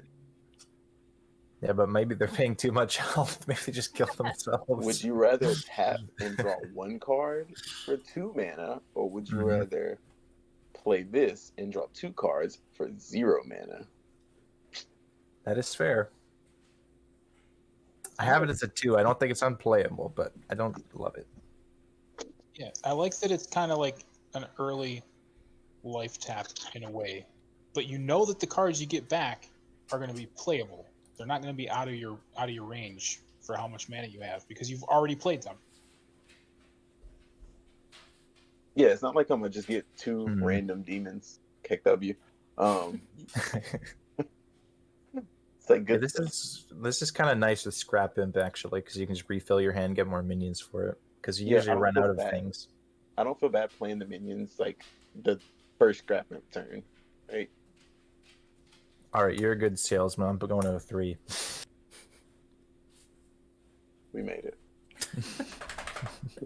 I'm still at a 2. I don't know. I don't think the Giant's that good anyway, the Flesh Giant. Yeah. I don't think it goes in Zoo that well. It's also the same problem I have. I don't think it fits the 30 cards. I think after you've already scrap emped and those minions die, you're at the point in the game where you don't want a bunch of 1/3 minions back. At that point, you want buff minions. You want your Death Rattle minions that draw your cards. You want to go off on your combos. You don't need plain 1/3s at that point. I just don't see it fitting. When you have Carpet, though, like you definitely want the 1 mana minions back. We're playing Masochist too. We're playing that 1/4 that deals damage to ourselves. We're playing Dark Glare. Wait, what 1/4? Stuff. From the last set. It's like whenever it takes damage, it damages you. Oh, so no, we're not doing the Is that called Pain Zoo? I feel like I hear that called Pain Zoo? Yeah. Like, that's coming back. I'm thinking Soul Shard Zoo, just because like your health changes so much with between Soul Shards tapping and playing this card, and then Flesh Giant's just like easily 2 or 3 mana by the time that Your you're Flesh ready to Giant play it. is broken. Or you make your Flesh Giant 1 mana and you play it with your carpet. Oh, big brain. Mhm. All right. Well, talking about shards, let's go ahead and go to the next one here. Sociologist, Militia. 7 mana, 5/5, battle cry. For each soul fragment in your deck, summon a 3/3 soul with rush. So for Warlock, I'm okay with this. I think it's a 3. Like you might tech it in more based on the meta, and then if you're playing the shards. Crackwack gave it a 2. I like it. I like it a I lot think better than a Demon Hunter. Yeah, I think it's okay. I think it has to hit 2 Soul Shards in deck to be good enough. Because like a 7, if it's just one, it's like a 7 mana 5/5 deal 3 damage, which is just not good. But deal 3 twice, it's pretty good. Then it's kind of like Twin Tyrant, and then as you go up, it's just obviously better. I feel like in Demon Hunter you couldn't play this because this is not something that you want anyways. But in Warlock, also you can actually run all 3 of the shuffle cards. In Demon Hunter, Tempo Demon Hunter, you can't play the one that AoEs boards because you don't AoE No, your board. So you actually yeah, have all 6 of them this time. And in Warlock, this is an effect that you actually want. It's like quite a good payoff. Think about it's like exotic mount seller. When you get exotic mount seller, it gives you rushes. You're like, wow, this is really good. That's what this is pretty much. does this destroy the soul fragments, or does it just No, this is No. just is it based on for that? each one. It doesn't destroy Okay, them. okay, Yeah, it's. I okay, think gotcha. it's really good. 4 for me in Warlock. It's a 3 just because I don't know if I want to play a card that's this expensive. I don't know what Warlock deck that I want to play a 7 mana card in, like this specific 7 mana card. Yeah, that's part of the reason I gave it a 1. I don't think we're playing a 7 mana card. And even if we were playing something that was 7 mana, I think it would be an entirely different deck than what we might be looking at right now. And with the soul fragments, we're probably going to be playing the cards that eat the soul fragments, plus we're going to want them in our deck to continually change our health, because we're going to be eating through a lot of health, at least the way I envision it with the self-masochist kind of zoo style. You're going to be eating a lot of health, so you're going to want those soul fragments in the deck. And then, I don't know, like, I don't think we want to get to 7, and I think that's the biggest thing, and it's just going to be a dead card. I think 7's pretty reasonable to get to. I'm pretty torn with these fragments in Warlock. I think it is hard for me to imagine and evaluate them well. I'm not a big believer in the payoff of this card. I think there are better cards, though. I ended up getting it at 2 because I think there will be a fringe deck that plays Soul Shard Warlock. This just seems really good. Like you get a lot of stats, and the stats have rush, which means they get to impact the board immediately. Like every single game pretty much goes to 7. Almost every game seems to go at least that long. Like Grand Slam is like a 10 mana impact the board / face. That is slow. This is 7. That's 3 turns earlier. I know it's different deck, but I think you can Grand make can this. hit for 12 though. It's true that thing goes face, but this costs 7. This is really good for impacting the board. And if you have Soul Fragments in your deck, you're healing anyways. You don't need 5, 6 of these for it to be good. Okay. All right, next one, Soul Shear, 2 mana, deal 3 damage to a minion, shuffle 2 soul fragments into your deck. This one, again, looks like we have some differing opinions. Crackwack and I each gave this a 4. Like, I'm still cool dealing some damage and then getting these soul fragments going. I think it's fine. Like, hopefully you're removing something. Ideally is what you're doing. You're removing something off the board, and then you're getting your synergy stuff in there. If you're not really playing a lot of the soul fragment other stuff, this is probably not as good. But And you're still dealing 3 and then hopefully gaining 4 at some point. So I think it's fine. I think in the Warlock deck, this is the worst shuffle card for sure, but I think you want the density of Soul Fragments, so you just run it anyways. So I have it as a 3. I think it just goes into the deck and it does its job. Yeah, I agree with that. Yeah, the power level is insanely low considering how good Warlock has. Like, their removal's insane, right? Like, Nether Breath, Skies, all of that. So this is really bad. But I put it as a 2 because I think it's French, because if you're playing the fragments, it's like an invoke card. It's bad, but you need it.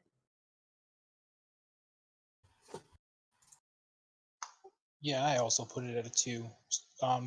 Mainly just because you're probably going to want the soul fragments. So you're kind of going to be forced to play it in some situations, but it's not necessarily the most optimal play.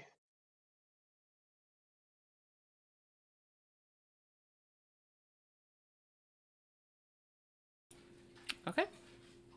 Go ahead and go to the next one. School Spirits.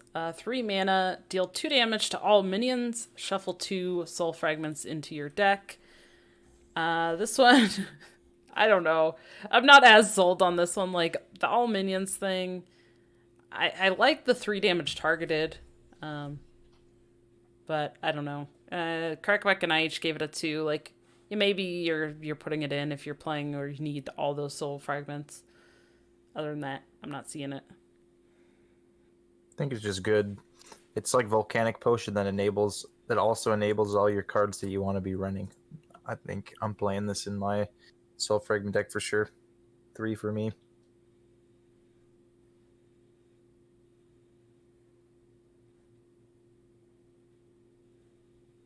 I have a 1.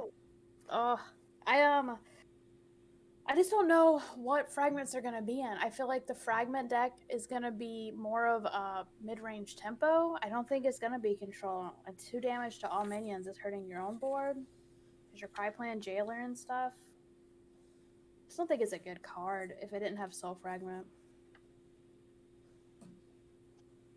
Yeah, I also gave it a 1. I don't think you're going to want to be playing this card. Like, you want the soul fragments, but I don't think you want to be damaging your own board. I don't think you're going to have a board. I think you play like Control. I'm not playing Soul Fragments in my Zoo deck. The problem if you play Control, I think, is like the payoff for all of these shards is that giant taunt thing, and I just don't think it's a good payoff. Because it basically is a bad Abyssal. Because if you're playing Control, then Abyssal Summoner is just better. And that's why I have a problem with this, is the payoff. I feel like the 5 mana thing's better than Abyssal Summoner.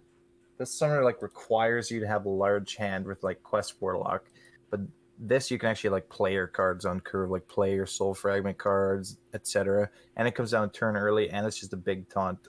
I think the 5 mana payoff is like really good. That's why I think it's more mid-range when I look at this. And that's why it's hard for me to envision, because I don't think these fragments go in a deck we have now. I don't think it goes in Quest. I don't think it goes in Zoo. I don't think it goes in Galakron. So it's a whole new deck. And that's what's a little tough for me. Yeah, well, this is definitely one of those things we got to try and see how it goes. Yeah. Okay. Let's go ahead and go to the next one. Shadowlight Scholar, 3 mana, 3/4. Battlecry, destroy a soul fragment in your deck to deal 3 damage. This one, I don't know. I think it's solid. Like the stat line, you're 3 for a 3/4. If you're playing the soul fragments, you get to do 3 damage to something, so you're putting a decent board. You do destroy a soul fragment, but I think if you're running the soul stuff anyways, then like you don't really care about destroying one of them. So I gave it a 4. Crackwack gave it a 2. He didn't see it quite as much, but I think you good. Yeah, I gave it a 2. I think it's an average stat line for a 3 mana minion, and I don't know how often we're going to be getting the trigger. It's kind of iffy. I I don't see a good Soul Fragment build. The only place I can see a Soul Fragment build is in a zoo deck, and there's only so many of the Soul Fragment cards that you want to play, and this isn't one of them. Yeah, I think this is a zooish, like, this is an aggro card, and I don't think you're playing Soul Fragments that way. It's nice removal with the minion, I guess, but if you're playing all those Soul Fragment cards, you probably just throw this in anyway, so I have it as a 3, but I don't love it as much as the other payoff for sure. I think this is one of the cards that does confuse me about this shard deck is like, so the last one was like, this is board removal, so it seems more control. And then this one's like, no, this is tempo, right? They all have different things. Even Spirit Jeller is tempo. They don't have like a cohesive, like, this is kind of tempo, this is kind of control. And you're like, where does this go as a package? How does it fit together? And I think that's what's so confusing because it doesn't know what it wants to be. And I feel like it's half support for each side. So in the end, it'll be not enough support for either side. But I think I ended up giving this a 1.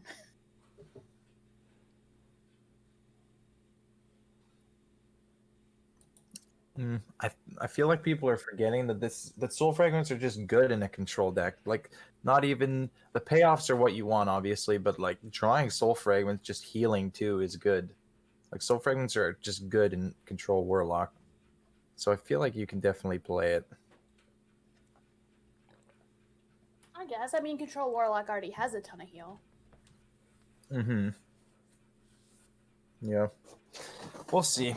It might not be as good as the other stuff it's doing right now, but I think it has a chance. I hope. I want Soul Fragments to be good, but right now they're a little all over the place. Yeah, the Demon Hunter ones are much more straightforward. Play the weapon on 4, smack him on 5. Yeah. Right. Okay. All right, next one, Void Drinker, 5 mana, 4/5 Demon Taunt. Battlecry, destroy a soul fragment in your deck to gain +3/+3. And we have a little bit of different opinions on this one as well. Crackwack and I each gave it a 4. I think this is pretty solid. Like, I am okay if I don't even get the Battlecry off. Like, we've kind of talked about this with some of the other stuff, but the 4/5 taunt body, like, especially if there's a lot of aggro, like, I'm fine with that. It also has the, maybe you're playing against priests and it's a little more awkward, like at the 4 attack, if you don't get the battle cry off too. I think it's fine. I like it. I think if you're consistently playing all 6 of the Soul Fragment cards, you can get this on 5. If you have this on 5, it's probably going to be activated. And when it is activated, it's ridiculously good. Just insane. Stats for 5 mana, it's Earth Elemental without overloading. Yeah. Yeah, I'm in on that. 4 for me. I think this is the reason you would want to do Soul Fragments, or at least pushes it for sure. I mean, the power level on this card is nuts. I just wrote thick, obviously with 2 Cs.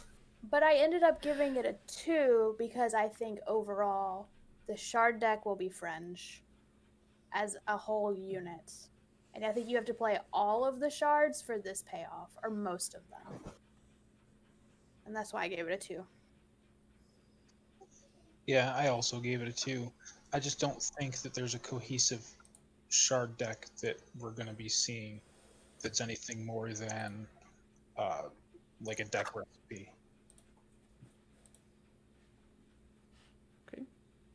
That's fair.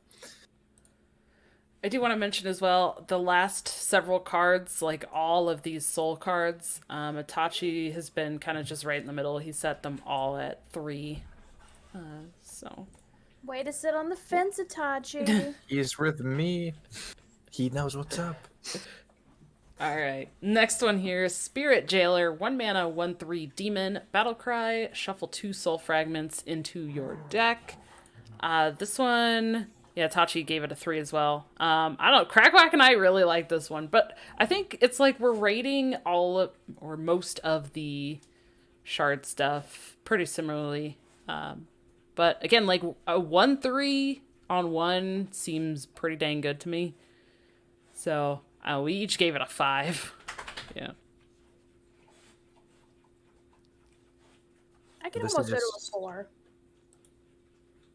Just because not only will this be in the fragment deck, it'll be in Zoo. And even if Zoo doesn't play soul fragments, this is a great stat line, and they might draw into heal, which is awesome for Zoo when they need it. I really like this card. yeah, it's just good. It's just another thing for me to throw in, get more soul fragments, just like the other ones. Yeah, I give it a 3. It's easy to slot in if you're in need of soul fragments. It helps enable a few different synergies with like the flesh giant or anything that requires changing, like the brittle bone destroyer and stuff like that. Yeah. And Itachi gave it a 3 as well, kind of in line with everything else that he'd been doing. Smart.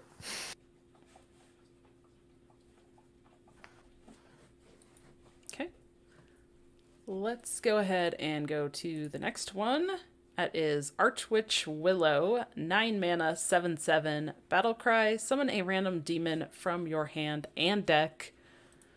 This one, Crackwack's really excited for this one. Like, he thinks it's a really cool card. And is probably played in more like of the big demon type stuff if that becomes a thing. But the fact that it comes from your hand and deck, he gave it a 4. I only gave it a 2. I think it's might see fringe play and that's about it. But I don't see it otherwise. I think it's just too slow. And then I don't know. I just don't think you're getting enough. Yeah, why is this a Warlock card? I don't understand what this is. Literally what a big demon hunter wants. I don't understand. There's no good Warlock things except Enhanced Dreadlord. It's the only good demon, and then you have to run Enhanced Dreadlord in your deck, and now you're just spiraling into madness. So yeah, 1 for me. Yeah, it's a 1. I think it's too expensive to even try and build around it, but it has cool deck building potential. I think people will try to do stuff, which means 2 it could be friend, but I don't think that stuff will ever work. I wish it worked. It's a cool card. Yeah, it's pretty cool, but I think it's way too slow, and that's why I give it a 1. And Itachi gave it a 1 as well. He's with the rest of you. Doesn't like it. All right. Going on to the next one. Philosophy. 1 mana. Copy the lowest cost demon in your hand. Outcast. Give both +1/+1. This one. Cragwack and I liked this one, but we also rated it pretty highly in Demon Hunter as well. But I think this is solid. Like I'm slotting this in Zoo. I think it's fine. Yeah, so we each gave it a 4. Tachi gave it a 2.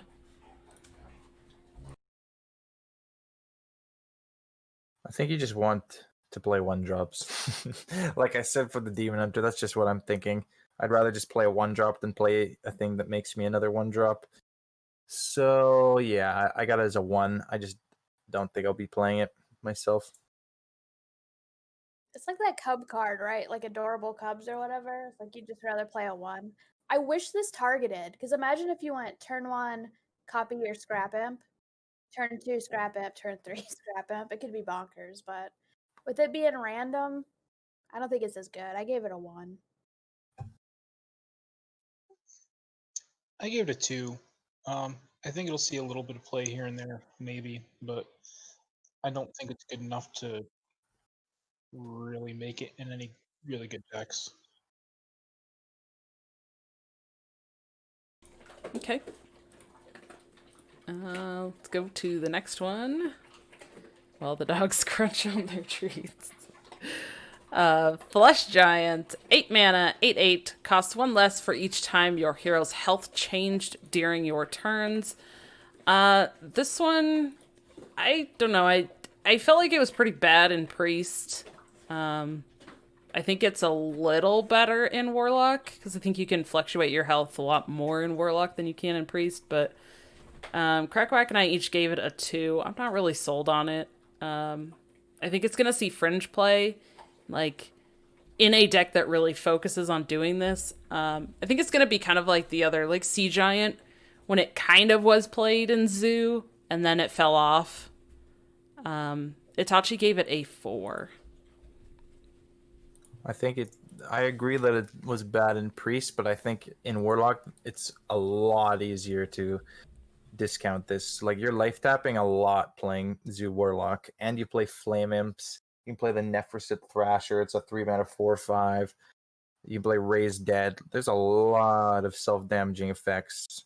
I think this is the reason you would play a self-damaging Zoo Warlock. So I have it as a 5. I think it enables that deck, and it's just like super insane. Yeah, I think you play all of those things. You play the 1/4 that deals damage to yourself. You play the Dark Glare. You play another card that we're going to be talking about here in a minute. Maybe you play some of the Soul Fragments. Definitely play this Flesh Giant. Maybe play a couple of the different cards that can heal you a little bit.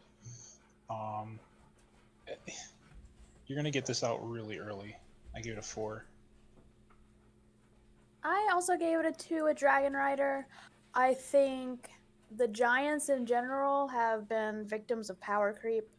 I think they don't see in play. I think cards that are not just stat sticks and actually do stuff like Rush, Divine Shield, a lot of stuff that Zoo likes, Death Rattles, things like that, have more impact on the board than just an 8/8. So I think it'll see French play, but I just don't think it's good enough.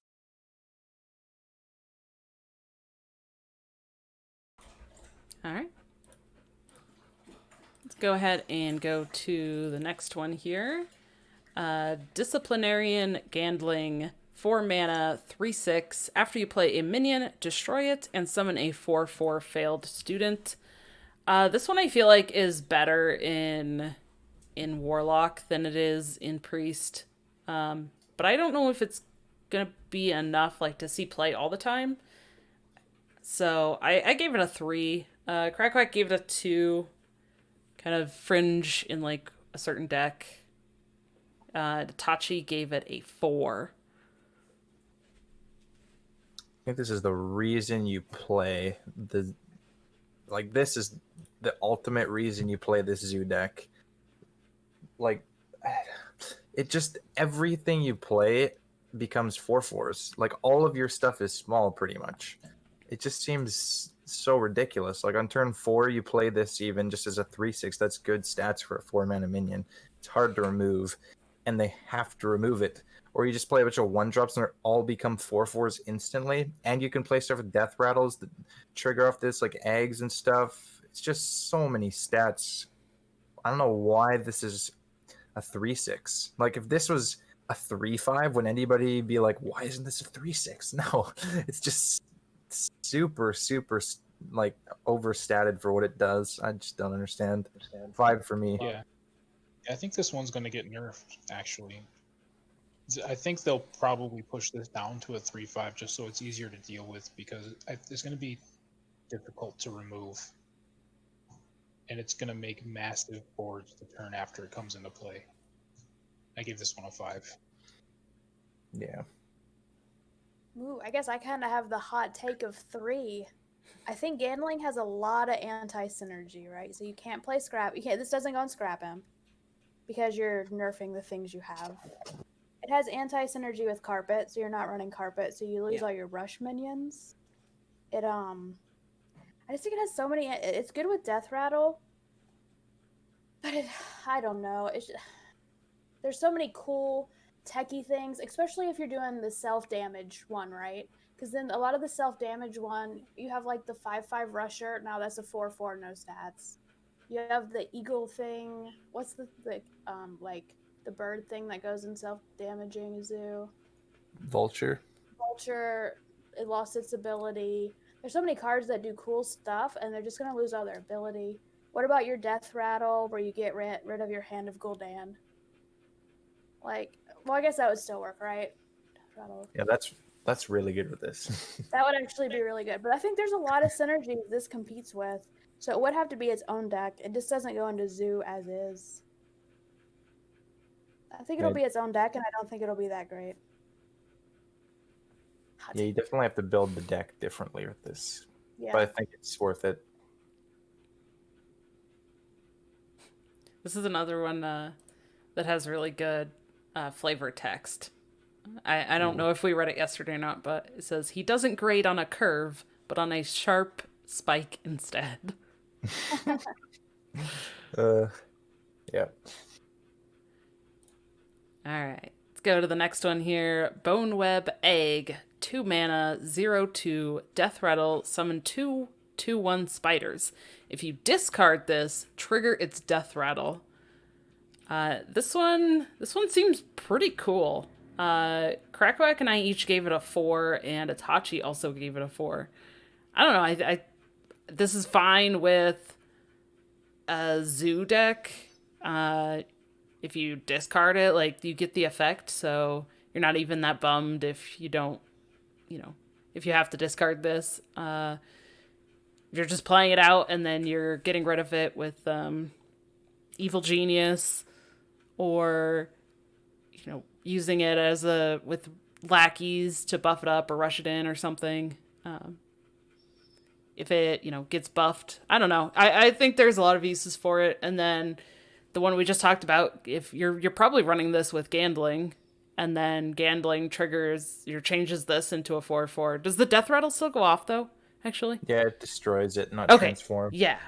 So you still get the Death Rattle too. So then this becomes a 4/4, and you get 2/2/1s. Like, that seems really, really sick. I like it. I'm not sure why I have this as a 2. I wanted a 3. I think I'm just a bit skeptical because they don't run the Serpent Egg right now, but with the Gandling, this might be something you're interested in. And you also can Soulfire and maybe discard this.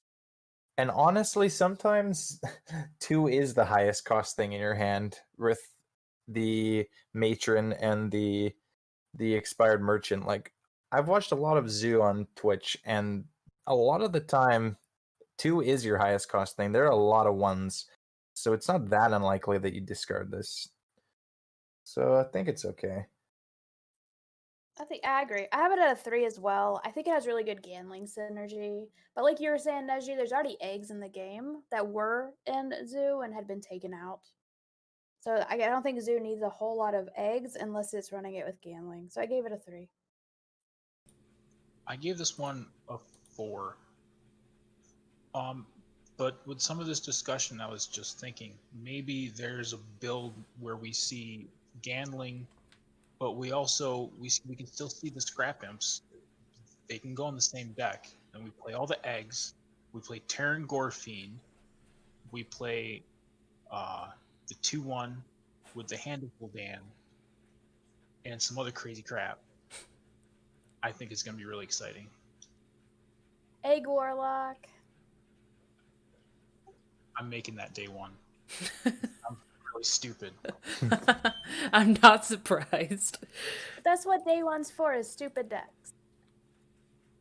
I'm gonna play Demon Hunter, and Aggro Rogue on day 1 and just stomp everybody. Seems fun. No fun. This guy does not know how to That's have fun. Tempo good. I haven't even played enough games this month to get my card back yet. You will now. I'm gonna run Weapon Destruction and Silence and stop all the fun. Even if I don't win. It's gonna stop all the fun combos. Yeah, well. Just play like Mega Control Warrior. I'll just play Res Priest. Just play Mind Render Lucy and steal their hand. Oh no. Not again. All right, let's go to the last Warlock card here. 4 mana, 3/3 Battle Cry. If your hero's health changed this turn, destroy a minion. This one, I feel like this is pretty solid still. I don't know. I gave it a 4. Crackwack really liked it, gave it a 5. Yeah, maybe there are better tools. We kind of talked about that yesterday, but I think this is still good enough. Yeah, I like this a lot better in Warlock than Priest. It's much easier to activate because, I mean, not only are you just life tapping a lot rather than healing with your hero power, but stuff like Flame Imp, maybe you want removal in Zoo, that's probably less likely. I think where I would want this is with Soul Fragments, exactly. Like, they're just really nice. Draw Soul Fragment, heal, destroy something. Maybe you play Raise Dead. That also makes this free cost. I have it at 3. I don't think it's amazing. I just think there's a lot more uses here, and it's probably pretty good tech.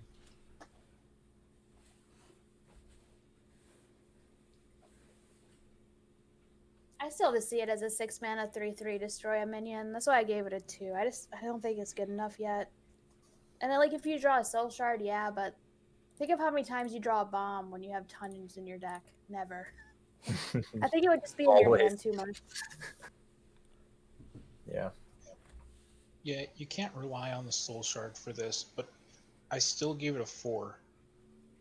But I was thinking playing it in a deck more along the lines of that kind of self-masochist zoo where you got the 1/4 and then you've got the other stuff that just deals a bunch of damage to yourself. You got the raised deads. It'll make it a lot easier to activate this and drop it immediately on 4.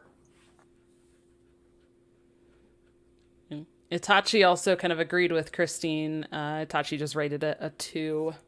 He's not seeing it. All right. Thank you, everybody, for hanging out and waiting. We are back, and we're going to start Warrior next here. Bitbeaker did have to head to bed. He's got to work in the morning, so I'll make sure that I cover his ratings. All right, the first card. Oh, 1 second.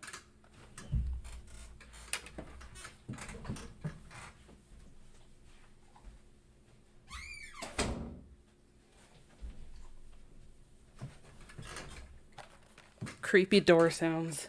Okay. Athletic studies, 1 mana. Discover a rush minion. Your next one costs 1 less. This one, Crackwalk and I really like. We each gave it a 4. Bitbeaker gave it a 2. Itachi gave it a 1. There's one big reason why I like this as a warrior card, and that is, what's the 3/2 rush? Mummy? Reborn. Yeah, the mummy thing. Rushy boy? Rushy mummy boy. Restless. Restless mummy, yes. That's pretty good. Because when you discover, it's from the class and neutrals. So, yeah, Restless Mummy seems pretty good. It's a pretty good card, but you don't even run it in your deck. You know what I'm saying, though? Maybe it's good for 3 mana. Which you can do with this. True. If you get it. Okay, well, I think the place I see this, I have it as a 2 right now. The place I see this seeing play is if you play big warrior, right? Because you're just playing big minions. So you play this and you can actually get minions to play early game and they're rush, so they're proactive and can remove things. I think that's pretty like viable place to put it. If I'm playing a big warrior deck, I'm putting this in it. I'm not saying I'm playing the deck, but I'm putting this in it. It's a 2 for me. I had it for a 2 for the same reason. I could see it in the big. So everyone's getting really excited for Big Warrior, and it looks really cool. And it'd be great for that, so you don't waste, so you have your little minions as spells, or smaller minions. And I could also see it in Highlander Warrior, and I think they're both fringe decks, so I gave it a 2. That's fair. Nice. All right. Next one, Information. 2 mana. Add 2 random taunt minions to your hand.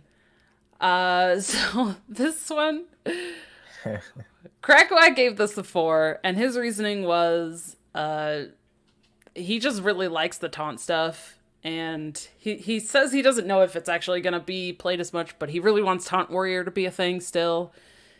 After all this time, he really wants Taunt Warrior to be a thing, and if it's a thing, this is pretty sweet. I don't like it at all.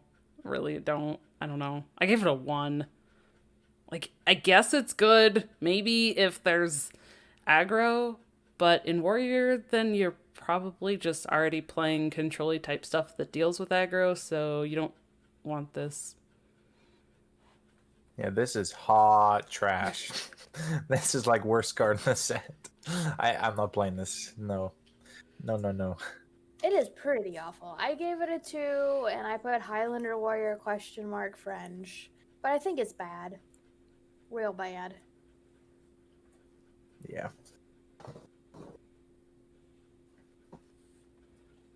Yeah, well, Bitbeaker also gave it a 2, and Itachi gave it a 1. So, yeah, pretty in line with what you both said. All right. Now back to Cutting Class. 5 mana, draw 2 cards, cost 1 less per attack of your weapon. This one, I don't know. I'm giving it a 2. Crackwack also gave it a 2. Tachi gave it a 1. Bitbeaker, though, gave it a 4. This one, I don't know. I mean, I feel like there's already draw stuff in Warrior.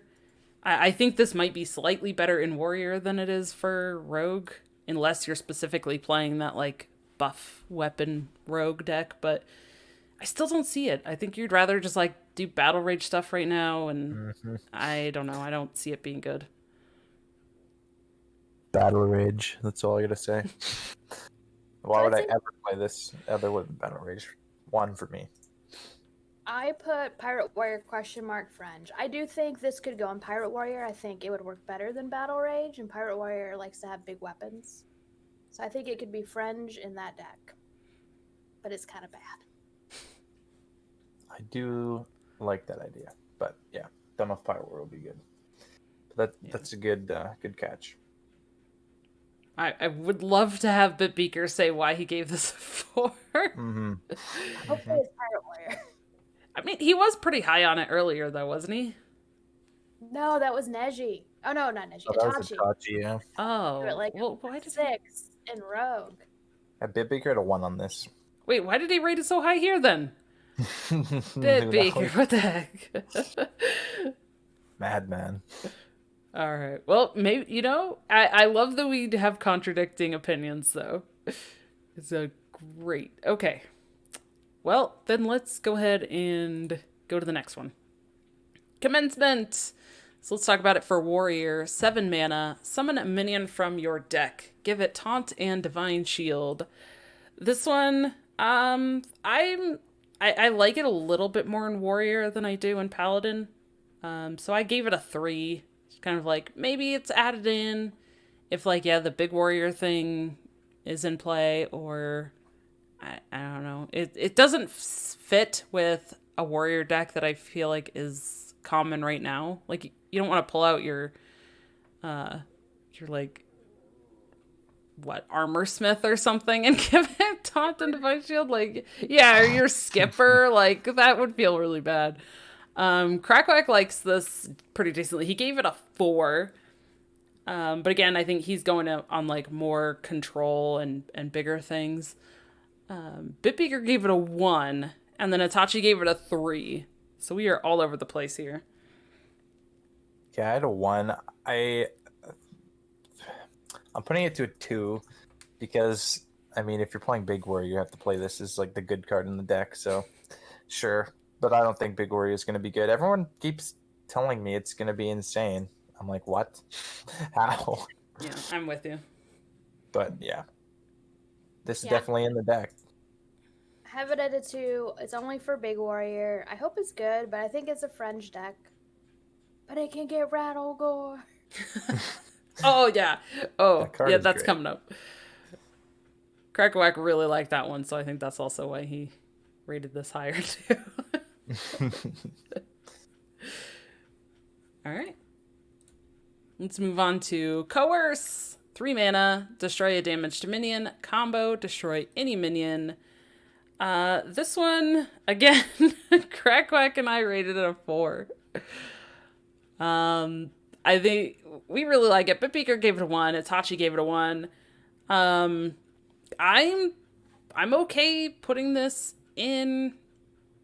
Well, I don't know if it goes in, like, Egg Warrior, maybe, But in the like Bomb Warrior, I'm fine playing this because you're also running the skipper stuff and all of that anyway. So like, you just play a 3-mana destroy a thing, and that seems fine. The thing with that is they don't even run execute right now, which I think if they needed that, they probably run execute. But yeah, Sure. I just feel like this is 3-mana execute in Warrior. That's why I got a 1 on it. I agree. It just doesn't do as good of things. And I feel like this card and then the one with the ice blocky thingy was like, what if we take the 2 removals each of these class has and make it slightly worse? Because it's Yeah. like, well, if I'm playing that class, I would just play the better version of it. The Warrior just has better.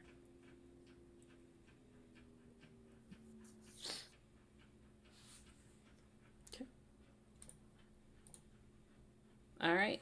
Shield of Honor, 1 mana, give a damaged minion +3 attack and Divine Shield. This one, I definitely see it being used more. I liked it a lot in Paladin, but it's even better in Warrior. So Crackwack and I each gave it a 4 or a 5. Bitbeaker gave it a 4. Itachi gave it a 4. Oh, I think you're playing this. It's sweet. I have a 4 on it. I feel like it's just better than Rampage. Costs less, does pretty much the same thing. And in Egg Warrior, you're playing with all your mana pretty much almost all your turns.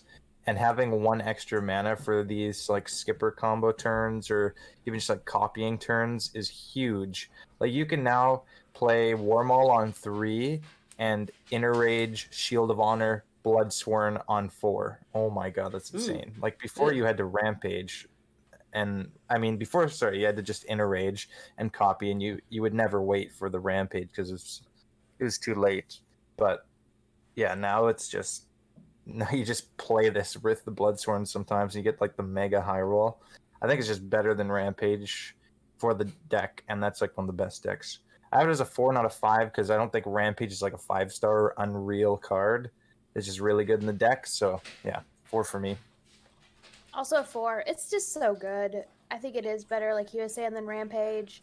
And when you get into those turns where you play Grom and you have only like 2 mana left over, typically, if you're at 10, you could like double Enrage in 2 of these is nuts. And like some people have pointed out, now the Corcoran combo goes up to 28 damage. Which yeah, it's hard to pull off, but it's still pretty crazy. Definitely a 4. Oh, I hate that this makes Corcoran cheaper. The combo that's And actually it gives them Divine Shield on top of that, right? Which makes them even more annoying just to remove. oh, it's so Yeah. disgusting. I got whacked by a Corcoran combo 3 games in a row today. I was playing Hunter, and he comboed me with like 16 cards left. This literally happened Oh. 3 games in a row.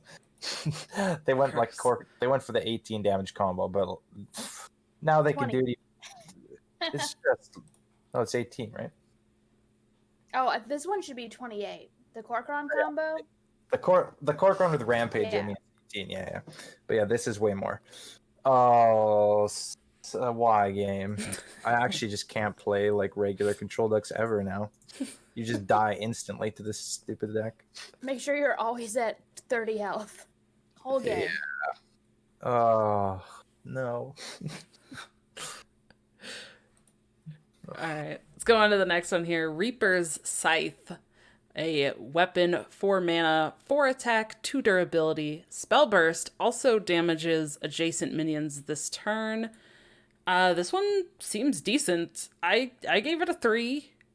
I don't know if it's going into every deck, but I think it's still fine. I think there's some decks you're going to put it in, and maybe use this along with some of the other cards that kind of go off of like the weapon stuff. It seems decent. Crackwack gave it a 4. Bitbeaker gave it a 4. Itachi gave it a 4. This is really nice for Control Warrior, in my opinion, because you play it on 4 for the 4 damage. It's not bad. And then the next turn, you play spells like every turn. You play like Shield Block or anything. Activate this, and now the second half of it cleaves. And that's just really good removal for Control Warrior. I don't think you would run this in like Egg Warrior, but more control heavy, this is a really nice tool. Yeah, So- I gave it a 3 as well. I like it a lot. It's a good card for Control Warrior. I think my only hesitance in making it higher is that it takes the spot of Wrench Caliber, which I think is better.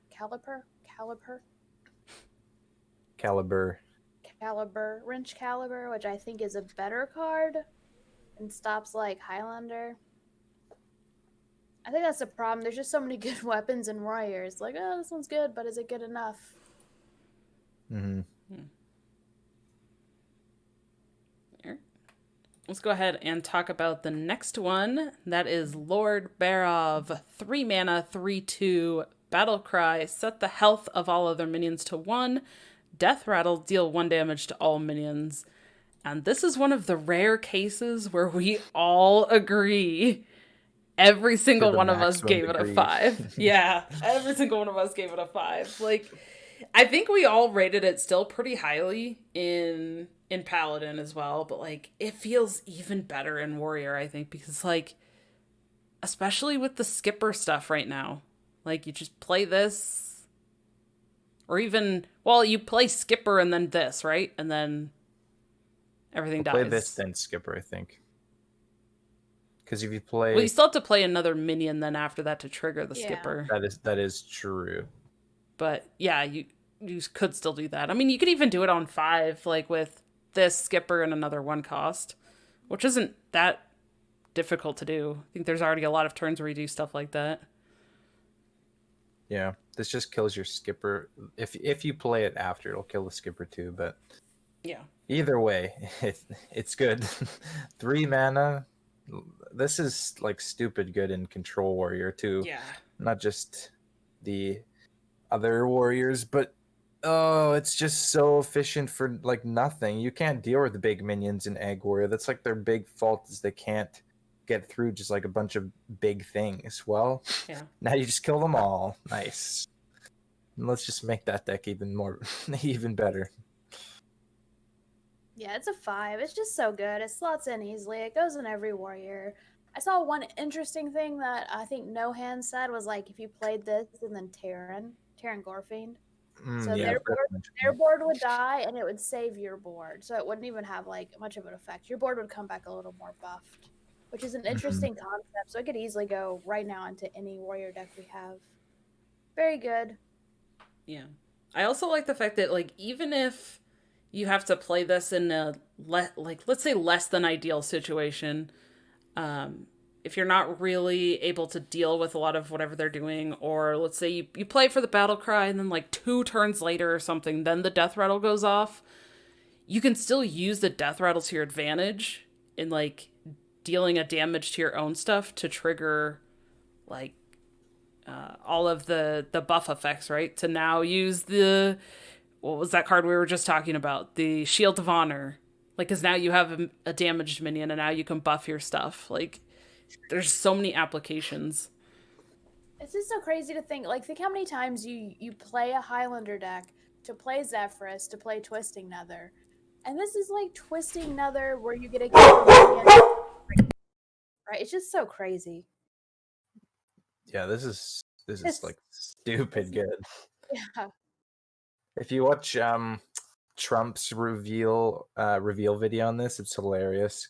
He just like talks about how he goes through like this lesson, like a classroom lesson of like what this should actually cost based on like cards that have been printed, and I think it was at like 7 mana or something, and then he's like, but and nowadays this costs 3. Yeah, it was pretty funny. It's damn good. I didn't see that, but that's hilarious.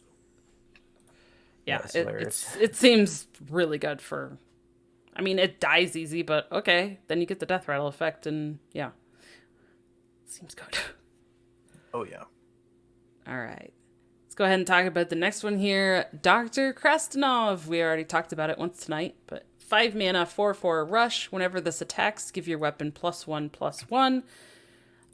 This one, I think it's solid. I gave it a 4. Like, to me, it's you're getting that buff again on your weapon, which just like counteracts the nerf in a way that went into the Corsair cache. It's like you're giving that buff again. And again, rushing into stuff and buffing your weapon seems pretty good. Even just using it as a rush body is probably fine. Crackwack wasn't as sold on it. He gave it a 2. I think for a little bit for the cost. And then Bitbeaker gave it a 4 and Itachi gave it a 3. I had this at a 4, but I like it better as a 3 because it's basically Captain Greenskin with Rush, which is better than Captain Greenskin.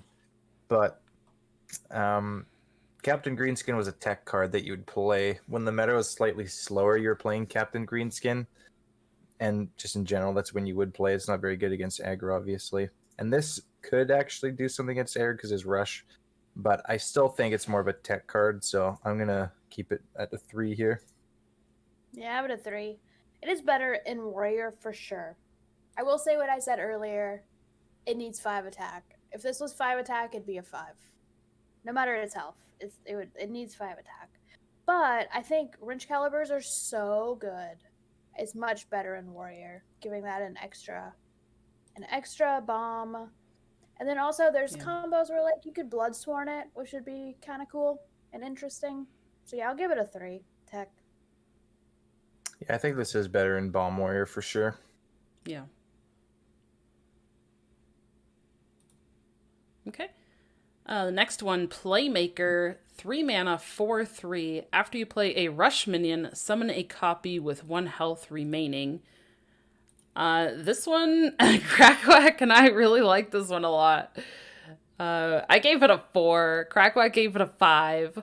It looks like everybody else doesn't like it as much, but Beaker gave it a 2. Itachi gave it a 2. I just don't think it's realistic that when you want to play a rush minion, that you're going to have 3 mana left over to play this to get the extra body. I just don't think that's realistic. And then on turn 3, it's bad. So that's why I gave it a 1. Because it's never a turn 3, right? It's never. It'll never stick. This will never, ever stick. And then if you think about, like, Bloodsworn. Bloodsworn is a 3 mana. It has worse stats. But it gives you a full copy of the thing. You know, even though it has to be damage, this has to be rush. It's just... I mean, it could be used with, like, Restless Mummy. It could be used with Krasnov. I think it'll be fringe. I think people might try it out, see what they can do with it.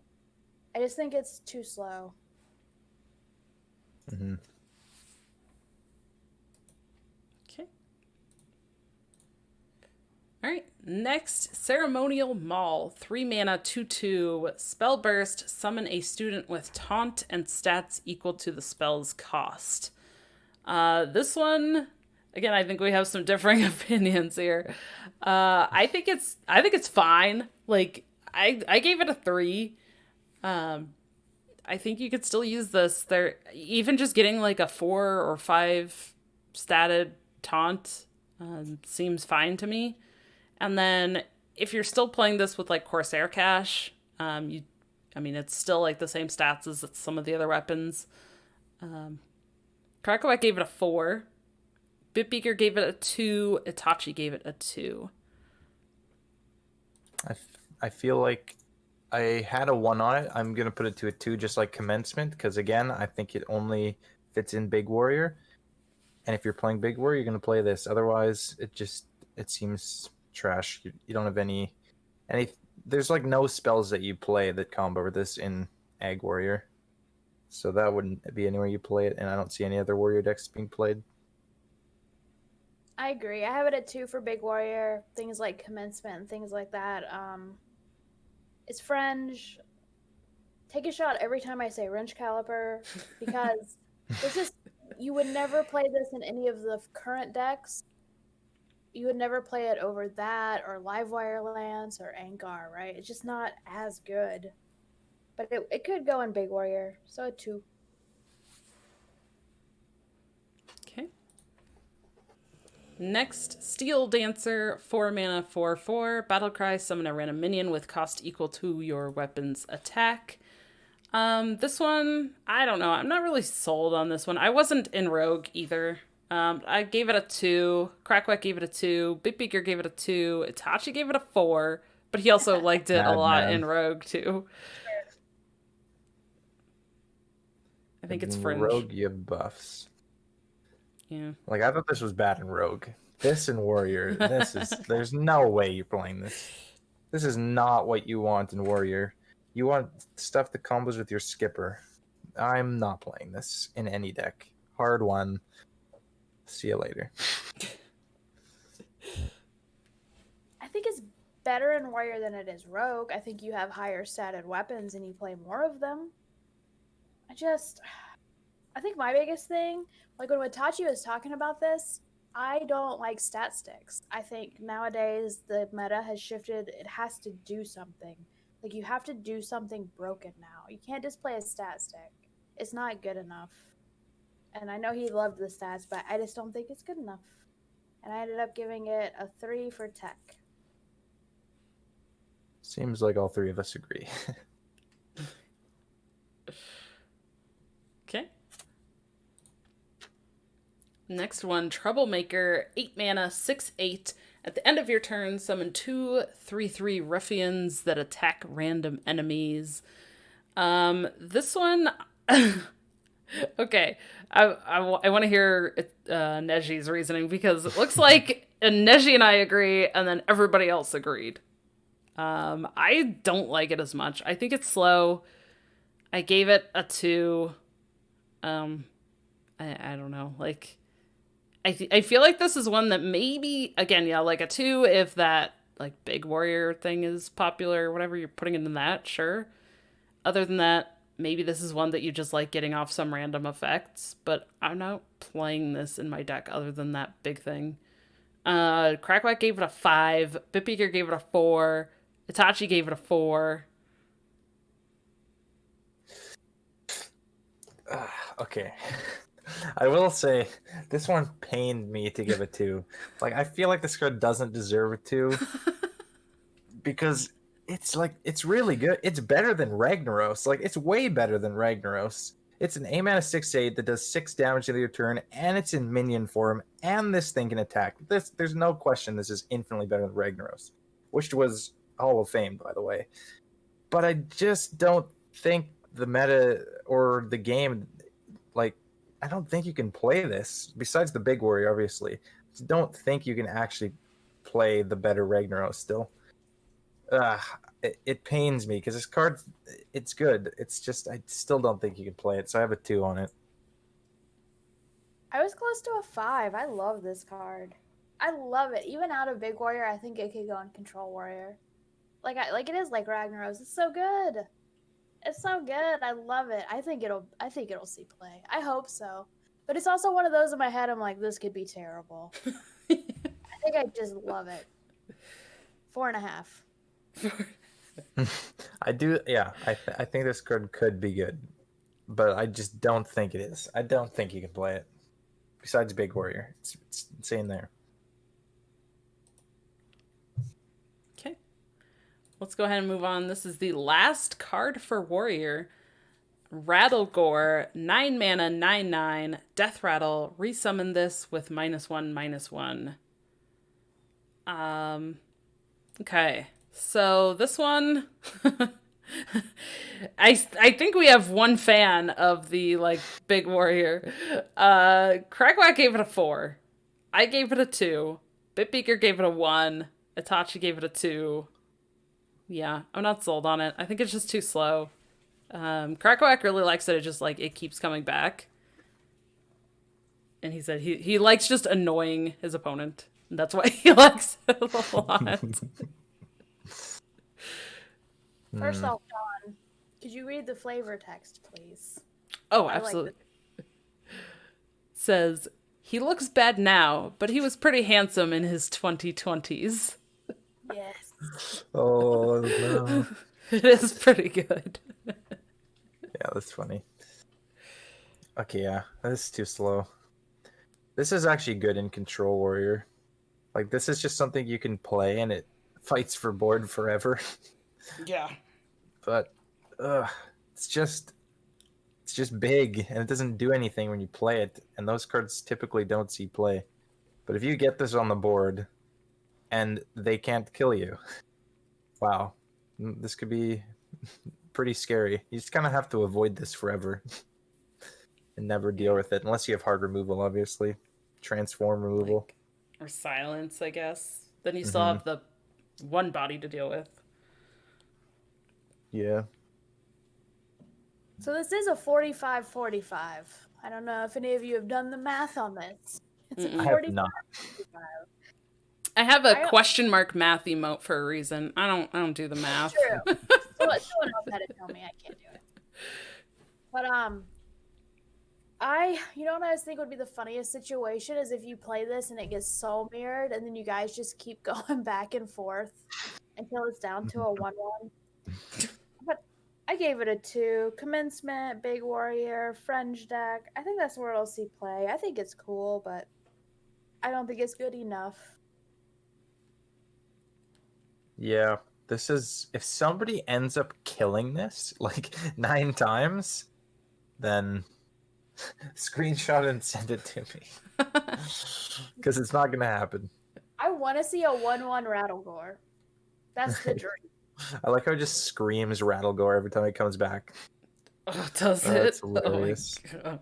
Yeah, if you watch the main the like reveal video where they're on like their computer looking through the like files and stuff, at the very end it like screamed and like went across the screen. Oh yeah, that's right. It does the same sound every time it dies and comes into play. Oh, that's hilarious. Yeah.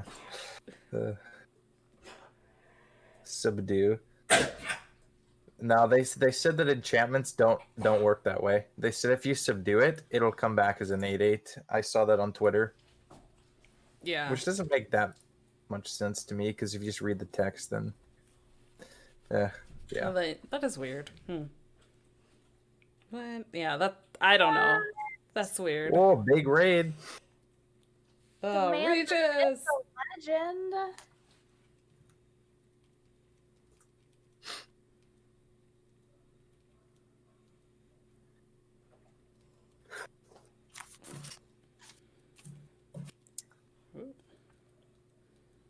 Hello, everybody. Welcome.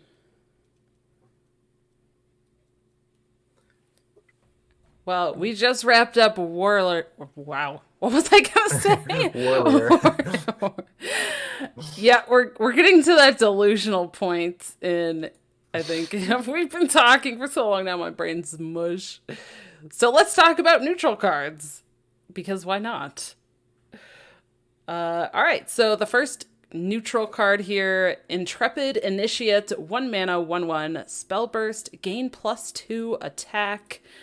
This one, again, we have differing opinions on this. I like this one. I think it's fine. Like, I gave it a 4, Crackback gave it a 4, Tachi gave it a 3, Bitbeaker gave it a 2. I don't know. I think this is fine as a 1-drop. Like, a 1 mana 3/2, which feels like it could be common, seems good.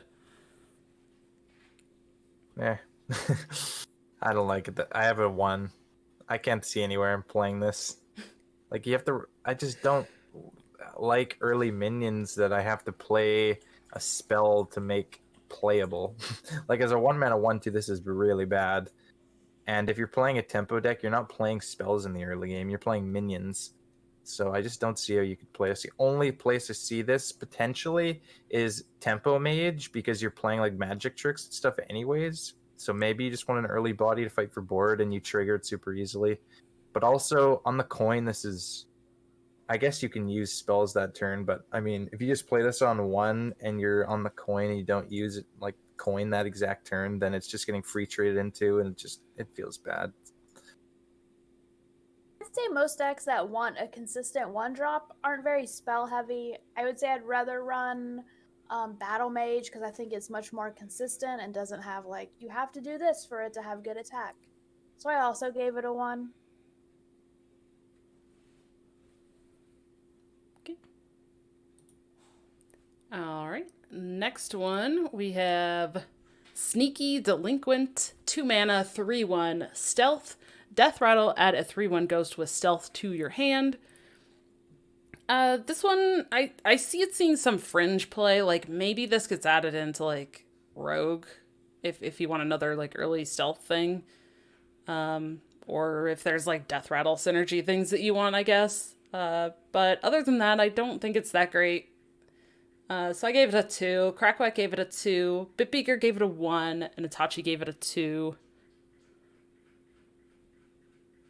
Yeah, I see people like theory crafting. They all have this in their stealth rogue, and I'm like, what? Why would I play a 2-mana 3/1 with stealth? That's just terrible. Thanks, anyways. I don't care that it recycles itself. 1 for me. I also have it as a 1. I said the only thing I would see it in is maybe a Gandling Zoo, where you'd play it, it'd be a 4/4, and then you'd get another thing to make a 4/4, but it's still not good enough. So yeah, a 1 for me. Okay. All right. Wand Maker, 2 mana, 2/2, Battlecry, add a 1-cost spell from your class to your hand.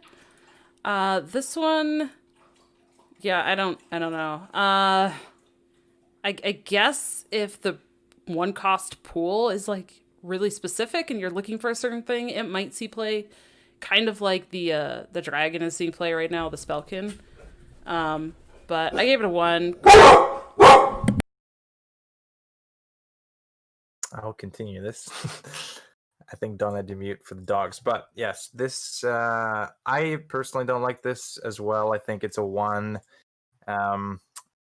I don't think there's any classes that would want this. Like, you're running the Cobalt, Spellkin, and Demon Hunter right now, but the 1-cost spell pool is getting diluted a lot.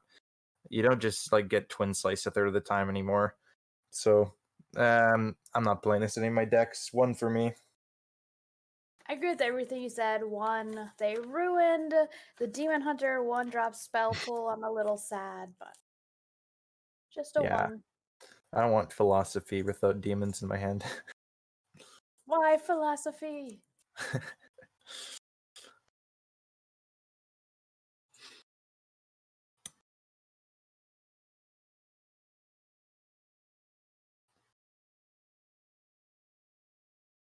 I do like that someone mentioned the Intrepid Initiate, actually, for Tempo Priest. That does seem like an interesting inclusion, because you are running all those buffs anyways.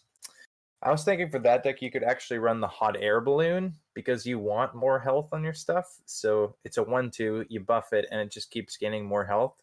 So it kind of works backwards with the Intrepid, but that is a interesting idea. Are those better than Frazzled Freshman, or would you run both? Yeah, the freshman's the best 1-drop, but I think you probably want a few more for that deck. If the deck works, you definitely need a bunch of 1s for your buffs to start sticking. I hope it works. It'll be better than Galakron. Yeah. Or more fun to play, rather. Yeah, definitely.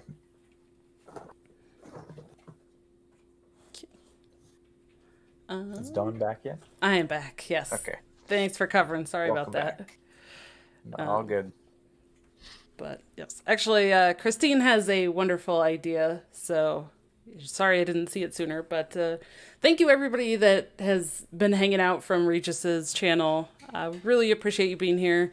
But yeah, we are an esports team, organization, Amber Flight Gaming, really kind of focused on being inclusive and really kind of focusing on what the players need and trying to build kind of from the ground up from players and grow from there. Either of you have anything you'd like to add about AFG? Dude, follow the channel. We have tournaments. We give away all kinds of stuff. We have card reviews. This is definitely worth a follow. We'd love to have you around. That's all I have. I second that. And we all 3 of us stream on our own channels as well all the time, so check that out. Yes. And there's actually links for everybody as well in the information. So there are links to each individual channel from there. Yep. All right. I don't know if I got to mention, do we mention everybody's scores here for this one maker? pretty much. It's Yeah, really low. We got through him. He's Okay. bad. Bad. All right. Yep. Next, Enchanted Cauldron, 3 mana, 1/6, spell burst, cast a random spell of the same cost.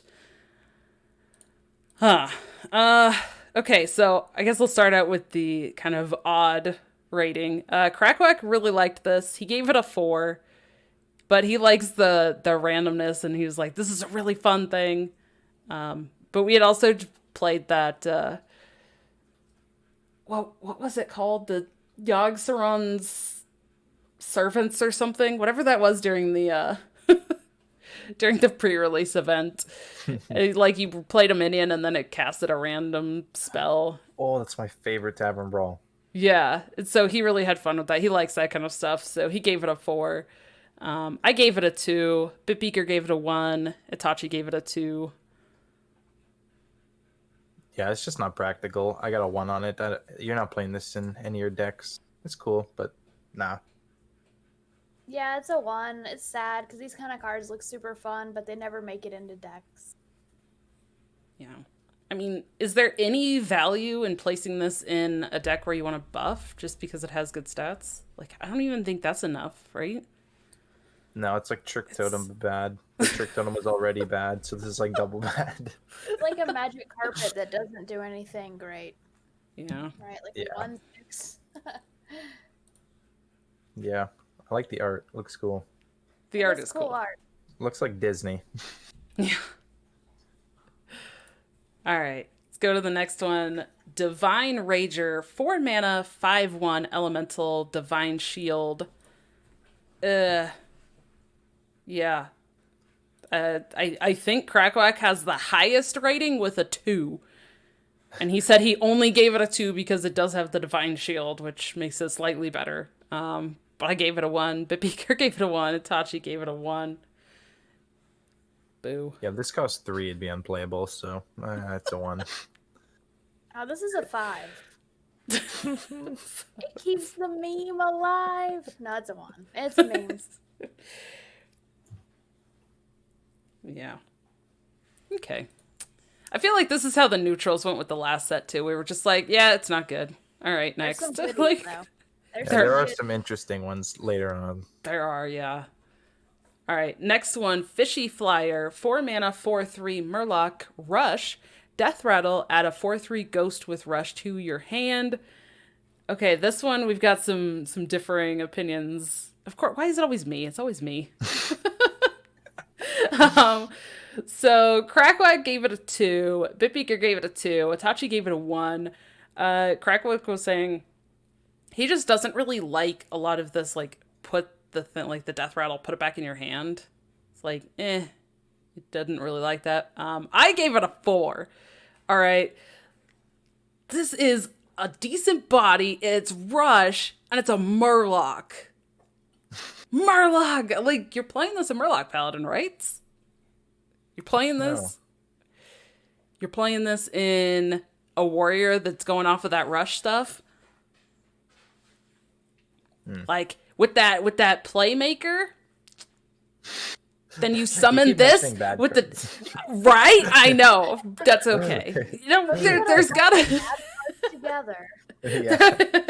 there's gotta be at least one bad card that you're like, this has gotta work. You love it and you want it to work. This is mine. This is my bad card that I'm like, I want it to be good. I like it. I actually gave this a 2, not a 1 somehow. But I do feel like you might just maybe this is like the 30th card in your deck and you need this type of effect and it recycles itself.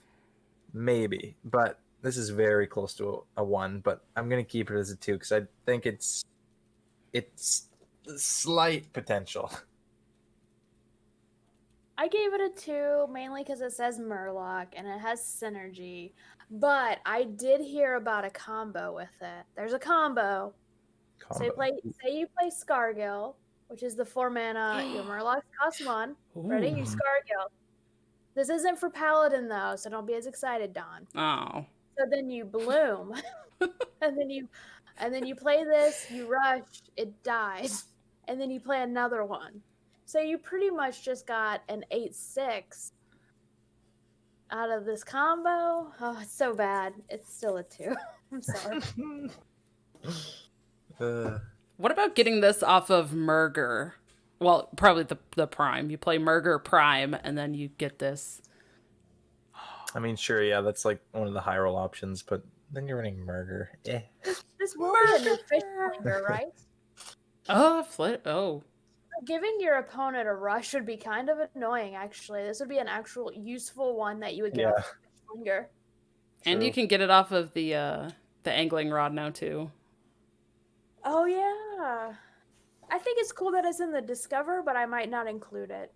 I'm sticking with my 4. I like it. I mean, it's 4 mana, close enough, right? And it's a fish on a broom. It is a fish on a broom. Oh. It has the number 4 on it 3 different times. I mean, how can you not read it 4? So true. All right. Let's go ahead and go to the next one. Ogre Mancer, 5 mana, 3/7. Whenever your opponent casts a spell, summon a 2/2 skeleton with taunt. All right, we've got the one kind of different opinion. It's not me this time. Crackwack gave this a 4. He's just, again, he going with the theme of like messing with your opponent. He's like, yeah, those taunts for your opponent are really annoying. So he liked it. Okay, I don't know what deck he's running it in, but I gave it a 2. Bitbeaker gave it a 1. Itachi gave it a 1. Yeah, no, I'm good. I'm good on this. I'm not playing this in my deck. This does nothing at all times. Nice. I guess maybe this is awkward if it comes off of the J-Bar off Janda's my Bar God, of. stop. Oh no!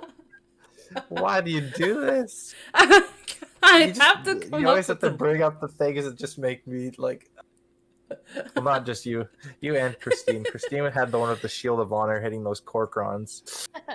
That's because we're no. bringing like the solid, like, hey, this is like the real situation that's gonna happen. I'm just like, it's trash. Get me out. It's a 1. I love the idea of the card that, like, whenever your opponent does something, it does something. But the payout of a 2/2 taunt is just not good enough by turn 5. Definitely a 1. All right. Next one, Smug Senior, 6 mana, 5/7, taunt, death rattle. Add a 5/7 ghost with taunt to your hand. This one I gave a 2. Like, maybe if you need it as a taunt, I guess. And then it gives you another taunt. Like, so maybe the fringe case where there's some aggro and you need this, but you also can get this off of oh geez. Why are card names hard? The 8 mana, yeah. Discover 2/6. Yeah. Power of Creation. Thank you. I was like, I knew Neshi would know it. Mage card. Hello. I think. But other like maybe you take this. It's just another taunt in that pool. Sure. Crackwack gave it a 2. Bitbaker gave it a 1. Itachi gave it a 1. Neji gave it a 2. Go on, Neji. Literally the exact same reasons that Dragon Rider just said. I think if you just need some extra taunt, it's okay because it recycles itself. You get more taunt. It's closer to a 1 than a 2, but I wasn't willing to just disregard it completely. Would you play this over Kartut? No chance. Okay. Go on. Next. When does Kartut is Kartut gonna rotate in April? Yeah, we'll do him. Mm-hmm. So maybe this sees a little more play in that spot once that rotates. Maybe. All right, next, Lake Thresher, 5 mana, 4/6 beast, also damages the minions next to whomever this attacks. All right, this one, it's going to be some good conversation on this one. Oh, yeah. Okay, so Itachi gave it a 1, Bitbeaker gave it a 1, Crackwack gave it a 2, I gave it a 4. I'm playing this in that Druid deck that you play the companions or whatever, and bring out the 5 attack beasts, and then yeah, I like this. This is just so bad if you don't get it off that. Like, it is so bad to play this on turn 5 for 5 mana. It does literally nothing. That makes me really sad. Whereas the stealth one, like, has stealth, so you, like, always get cards off it. And even the teacher's pet has immediate taunt. This one's just so bad on turn 5. And I still don't think it's that insane off of Twilight, no, or whatever. I don't know, the 7 Guardian Animals. Yeah. I think the Twilight Runners are just better. And teacher's pet, I don't like it. 1 for me. I think I agree with both of you. I ended up giving it a 3. 3 for tech, because technically it's the only other good beast to run for companion animals, and that's why it's going to see play. I don't think it'll see play outside of that. All right. Next card, Desk Imp, 0 mana, 1/1 demon. That's it. That's the card. It's Nice. Crackwack gave it a 2. I gave it a 1. Beaker gave it a 0. Itachi gave it a 1. I feel like they put this in because of devolving missiles and to make the demon pool worse. Yes. Those 2 reasons. That's it. Yeah. This is, no, I'm good. 1. I gave it a 2. I gave it the highest rating. I think it'll go on the Ganling deck. And I think that's going to be a Fringe deck. So a 2 is perfect for Fringe, for Ganling. Well, you can philosophy and get 2 2/2s on turn 1. Wow, 2 bad cards in 1 deck. Nice. How dare you? I'm excited to see this Gandling deck now. This is like Everything goes in it, apparently.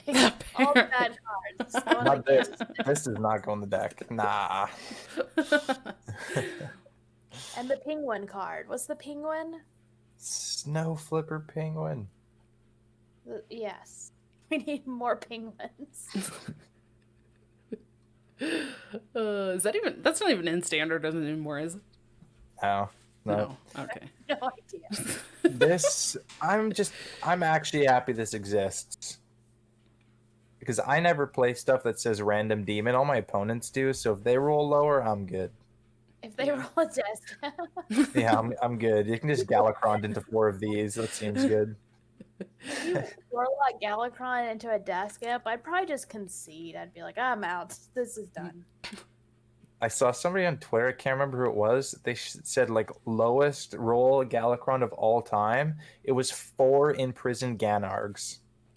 It was a screenshot, which all replaced his Arcanite Reaper weapon in 2 turns. No. 4 times in 1 turn. It was so funny. All right. Next one, Crimson Hothead, 4 mana, 3/6 dragon, spell burst, gain +1 attack and taunt. Let's see, this one, yeah, we've got some differing opinions in this one as well. Crackwack and I think it's pretty solid. Like, each of us gave it a 4, but Beaker gave it a 3. Itachi hates it. He gave it a 1. I think the way that I was seeing this is a filler in, like, Dragon Synergy Highlander decks.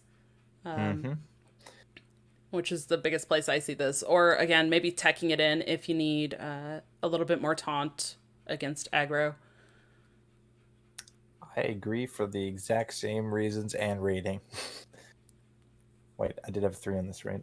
Yeah. Okay, I had a 3. Yeah, you had a 4, but whatever. Close enough.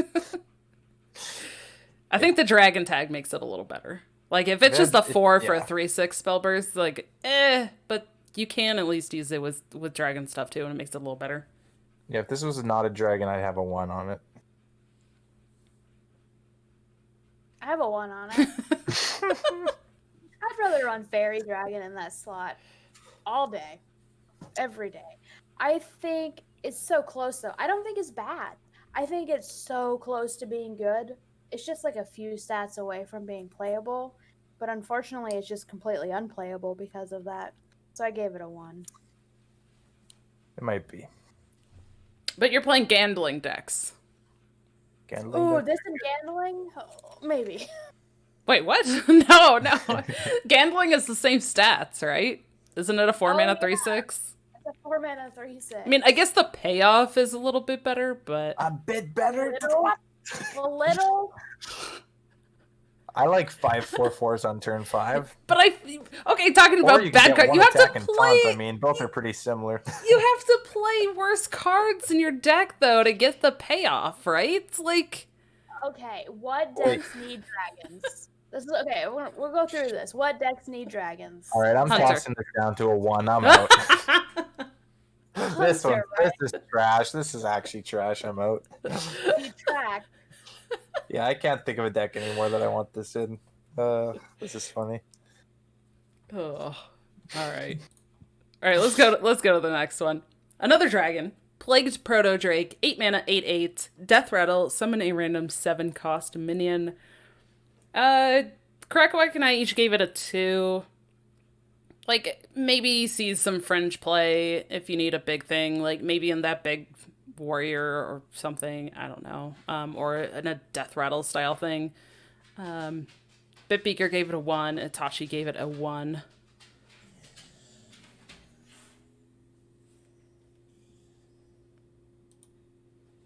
I think I gave it a 1. I gave it a 1 because it would be pretty cool if it costs 1 off DQA. I think it's a cool arena card, but it's just not good enough. you ruined everything. Why do I ruin everything? We both are. Both of you. Why? Oh, it's because Neji doesn't think about the real world applications. He's just looking at this as itself. Disaster. It'll be a discover. But it's kind of the same. What's the 6 mana 1 that summons a lesser dragon? That summons a 3/4. This summons a 7-drop. Oh no. It's a 1. I hate it. It's stupid. It's worthless. Burn it with fire. You don't play this in a single deck ever, but yeah. Okay. It's a cool discover. It's why this is literally just worthless to the game. You never play it, and it makes all gameplay experience worse, and you can't prove me wrong. Oh. All right, let's go ahead and go to the next one. Robes of Protection, 3 mana, 2/4. Your minions can't be targeted by spells or hero powers.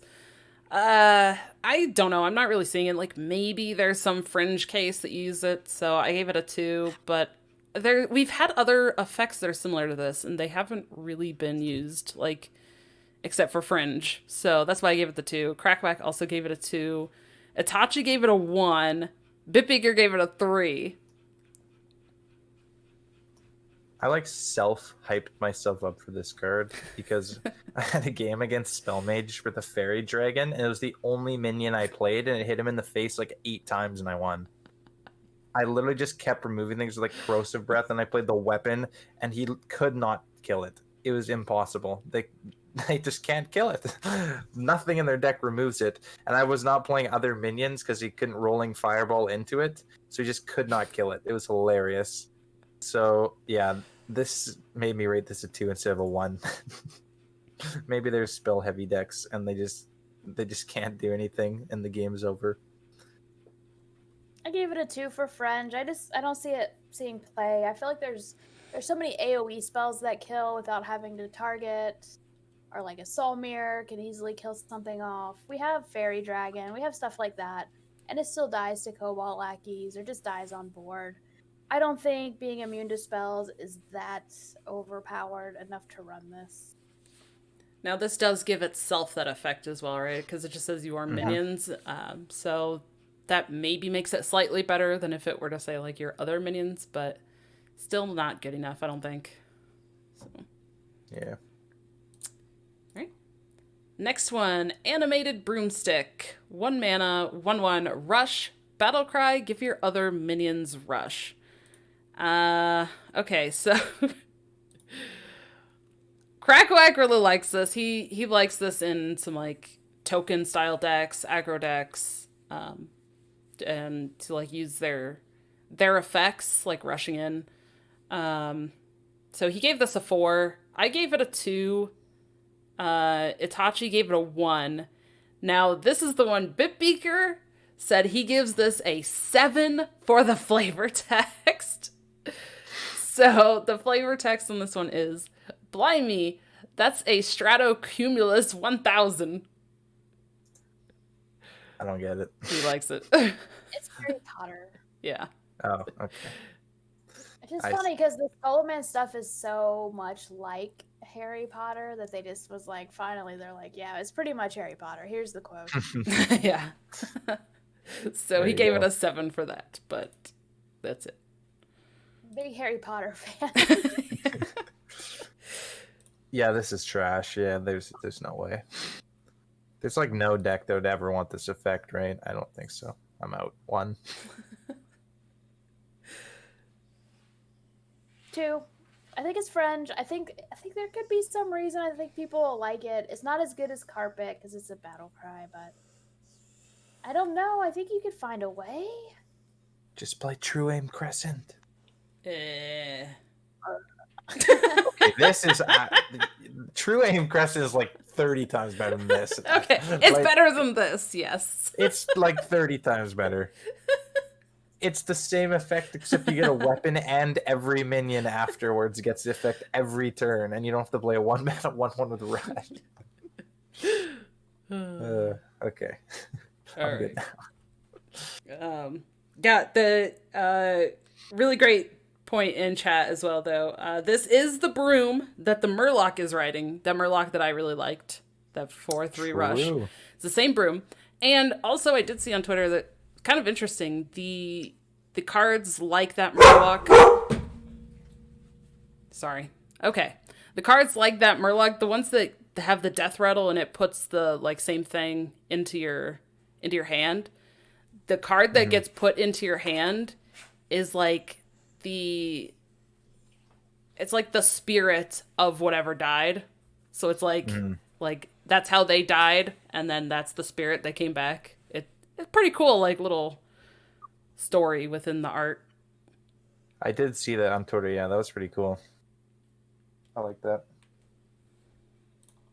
All right, next one here. Tour Guide. 1 mana, 1/1. Battle Cry. Your next hero power costs 0. This one, some differing opinions. I have seen a lot of people. Yeah, I've seen a lot of people on Twitter talk about how good this is. I don't know.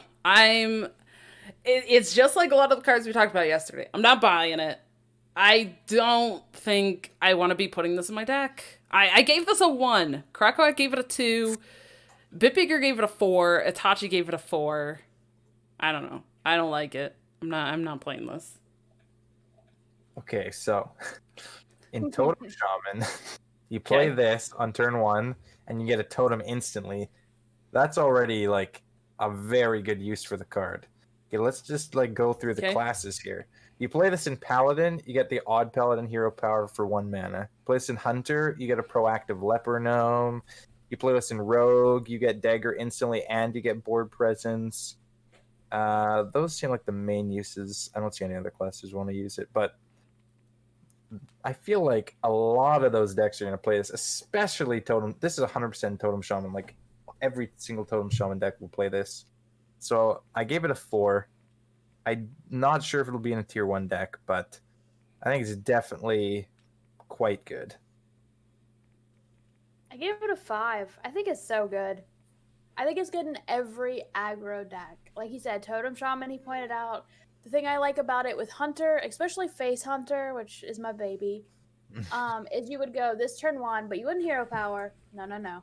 You save it, and then you drop, what's the beast for the Face Stalker. Face Stalker. Turn 2, Face Stalker hero power. Boom. That's big brain synergy. Good. It's so good. Okay, Rogue. I think it's a pretty good 1-drop for Rogue. If you just Rogue and you get a dagger on 1, that's like better than the Demon Hunter hero power, right? You have 1 attack on 1, and you get that for 2 turns. I think it's just so good in every aggro deck. Except so Demon good. Hunter. because their hero power costs 1. fine and Demon Hunter. You just Nah. have better.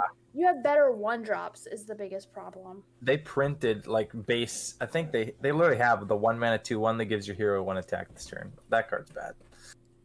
I think it's because that hero power costs 1 already, so you're not really getting a discount. But this is 0, so you could do some interesting things with it, I suppose. Especially if you saved it. If you saved it to like do your what's the guy, the 3-drop attack, get a 2/2 Satyr. Mm-hmm. Sure, it's yeah. less good in Demon Hunter for sure, but Hunter, Paladin, I think it's solid. Shaman's really good. Rogue, I think is very good.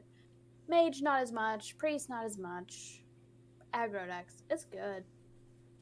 Yeah, you could play this in Warlock a bit, like maybe turn 3, turn 2, and then on turn 4 you could tap and you could play the Brittlebone Destroyer. That's pretty good too. There's just a lot of uses for this. Just good.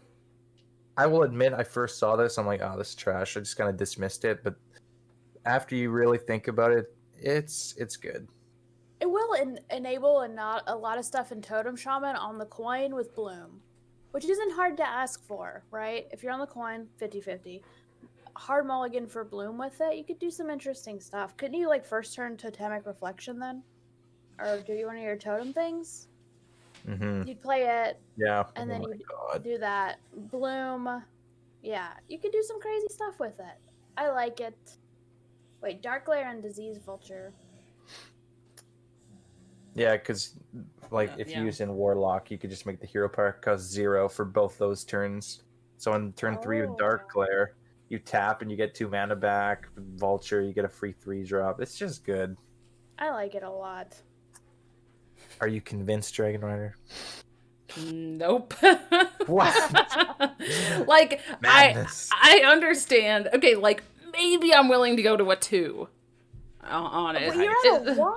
Yeah, I'm on a 1. I don't like this at all. Maybe I'll go up to a 2. I don't know. I don't want to be putting this in my deck. Like, I get the synergies, but maybe that feels fringe to me. Like, maybe I can see going up to a 2 to put it at fringe for those few cases, but other than that, like, I'm not playing this. Why am I wanting to play a 1 for a 1/1 that is this, like, little one-time effect? I don't know. I still don't see it. But in Hunter, isn't it basically a 1/1 for 1, deal 2 damage? And I think that's good. By itself. Sure. I don't know. I still would just rather play Battle Mage on 1 as a 2/2, and then if I have to on turn 2, then Hero Power for another 2. I All don't right, so like. Sounds like on day 1, I need to Q snipe you and hit you with the tour guides, and then you'd be like, "Shoot, this is so good! What the heck?" You're like, All right. You're gonna also be killing me with like True Aim and other stuff too? And then I'm just gonna be killing you with like tempo and value. And you get smacked by the True Aim Ascenter Cream combo. Oh. Tonight, after this review, I'm posting on Twitter top 5 cards of the set, in my opinion, or maybe 10, and I'm telling you, Ascenter Cream's in there. Saying.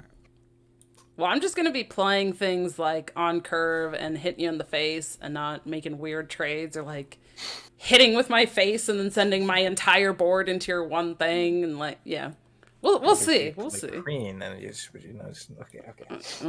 Okay. All right. But even True Aim, you can still go face. I'm just saying. Yes, that is true. So that's better than this. That's better than this. Well, I'm a True Aim fan. I'm just saying. No, you aren't.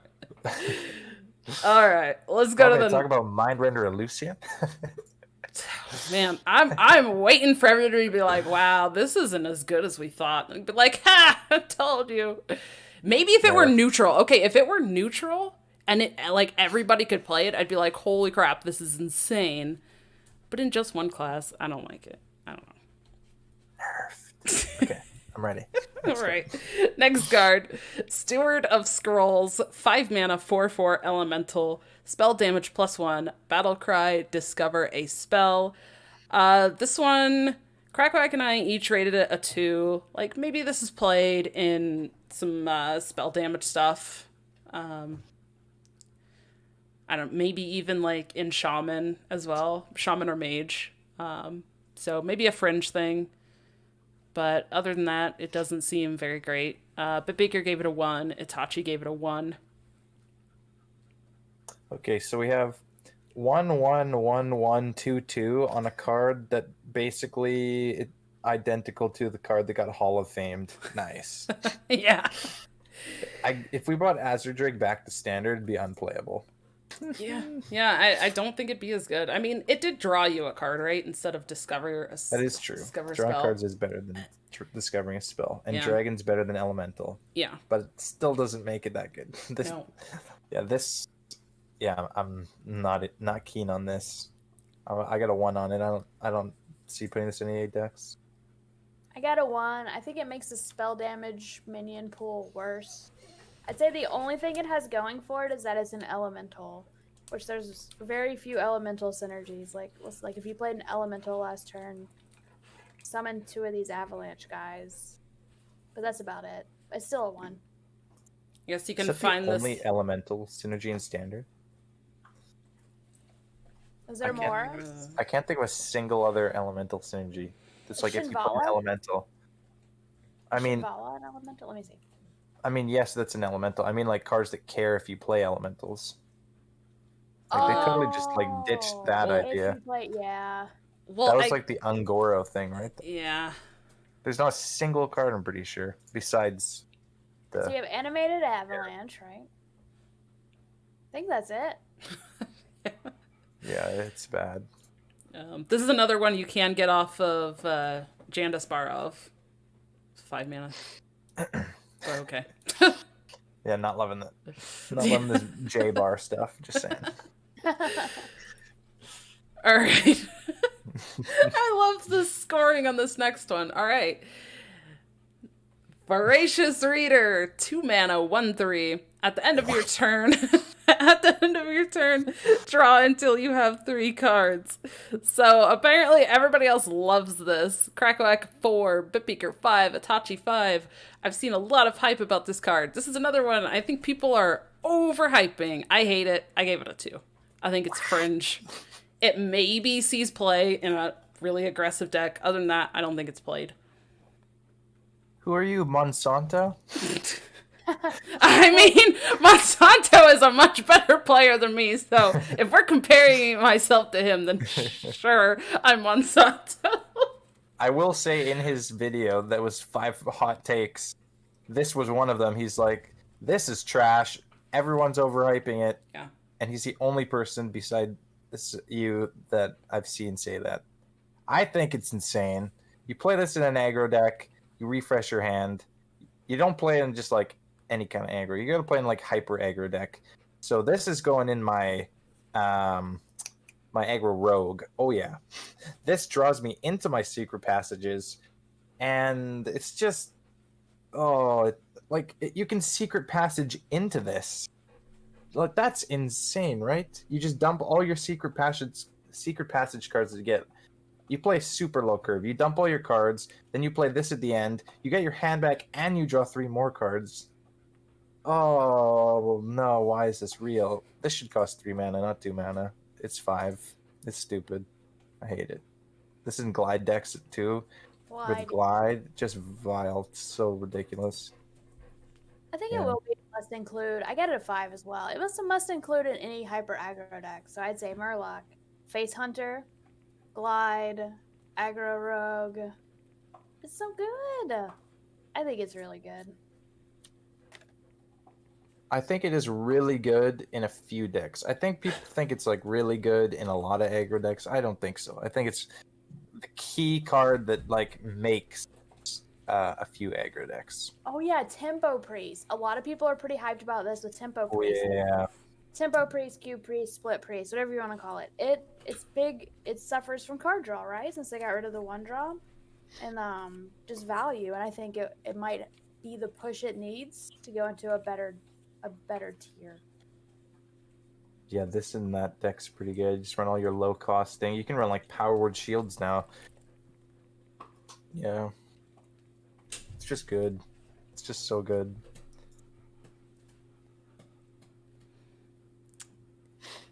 I don't know. I'm still not convinced. I think, okay, sure. The hyper aggressive decks, to me, that just feels fringe. I don't know why everyone is so hyped about it. I don't know. I mean, Diamond 5 to Legend, I don't think it's fringe. At Legend and High Legend, I do think it's fringe. Maybe. Looks like I just need to Q snipe you a second time. A second time. Yeah, the first time was for Tour Guide. Yes. Second time is for Voracious Reader. Third time is for True Aim Crescent. Fourth time is for Ace. Okay, sorry. No, that's just a lot of Q snipe at this point. No, we don't, you know, okay, this is what we need to do. We all need to get together. We need to do some like scrimmaging and stuff like that. We need to do some like 1v1, like, all right, let's see how these things actually go. No need to Q snipe on ladder. Like, forget that. I mean, unless you really want to lose all your ranks, but you know, it's fine. Neji's just angry. Such an angry person. He's angry because he's gonna be playing all that and still losing. That's why he's angry. Angry, I don't know. Passionate. Yes, exactly. Okay. Yes.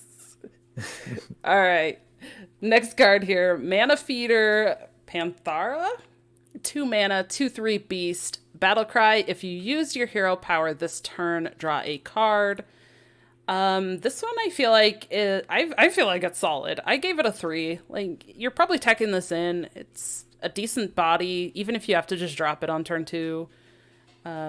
There's a wide variety of decks that, like, if you get it later, then hey, you can draw a card, and you're probably pretty happy with that.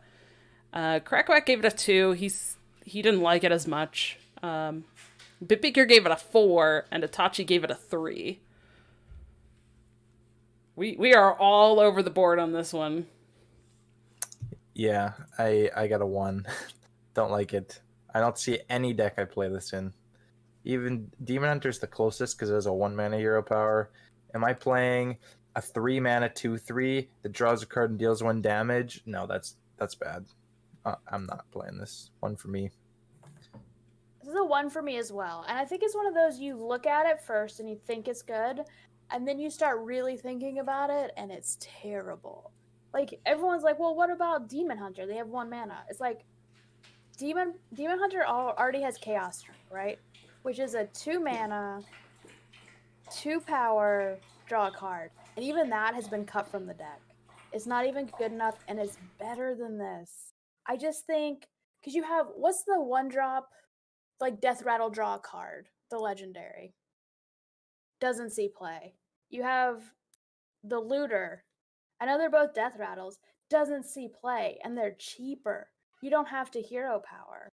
Those cards don't even see play, so I can't see a 4 mana 2/3 draw card seeing play. It's a 1. Agreed. All right. Go to the next one. We've got Sorceress Substitute. 6 mana, 6/6. Battle cry. If you have spell damage, summon a copy of this. Yeah, we actually pretty much all agree here, for the most part. But yeah, I gave it a 2. I feel like it's fringe. Like, maybe if you're playing spell damage stuff, you want some bigger bodies, you put this in. I don't know. It's a decently statted body if you find it off of Power of Creation, I guess. It's better than some of the other 6 drops. Crackwack gave it a 2. Bitbeaker gave it a 2. Itachi gave it a 2. It's just too slow. And not that that is, but also, like, what are you playing for spell damage? Oh, no. Spell damage cards are just so bad. There's like 2 good ones in the game, or like 3. It's like the Weapon, Lab Partner, and Solarian. Some of those are in different decks. Just can't play spell damage just to get this as a payoff when it's already just slow and you just die. Yeah, no. 1 for me. I agree. I think I ended up giving it a 2. Did I give it a 2 for fringe? Yeah. But I agree. Any deck that's running plus spell damage is not running spell damage to get big bodies on the board. They're running spell damage to combo out with their spells. So I just don't think it'll see much play. Okay. Next we have Educated Elic.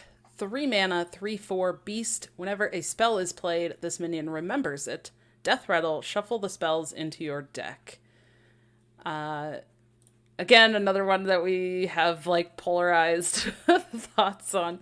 Cragwack and I really like this card. I think this is a really cool design. I think there's some really cool synergies and different stuff that you can do with this. I mean, you play this and then you play Secret Passage. And then this dies and you get another Secret Passage in your deck. Like, that seems cool. I don't know if you're actually really playing this in Secret Passage deck, because you probably want to make that aggressive, but I don't know. There's a lot of cool things that can happen with this. I'm definitely going to be trying this in Paladin as well. Like some buffs and stuff like that. Bitbeaker gave it a 2. Itachi gave it a 2. I gave it a 1. I just don't see anything I want to do with this. It's just value that I don't even get. Like, oh, no. Getting in my deck doesn't seem like value. It just seems like a waste of a card in my deck. Maybe if it went to my hand, but no. 1 for me. I love this card in the way that you love bad things. I think it's so cool. It's just such a cool concept that they came up with. It's just not going to work out. I've heard of like, I don't play Wild, but I've heard there's Wild decks where like they've talked about where you can give this to your opponent and then just play a bunch of garbage. And I think that'd be funny. Like a bad Santa deck is what I'd probably call it. But I think the most interesting thing is this has been added to the pool of Mount Seller and Teacher's Pet, which could be cool off of those. As if you're playing Mount Seller, you have a lot of 0 mana cost things that can get back in your deck, which is, I don't know, good or bad. That's true.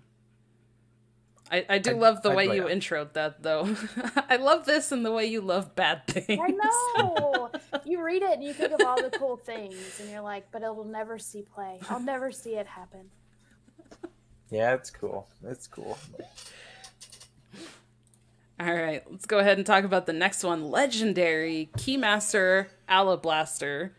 That's a tongue twister. 7 mana, 6/8. Whenever your opponent draws a card, add a copy to your hand that costs 1. This one, we're all over the place. Some of us rated it pretty highly. Yeah, right. We're all over the place on all of these.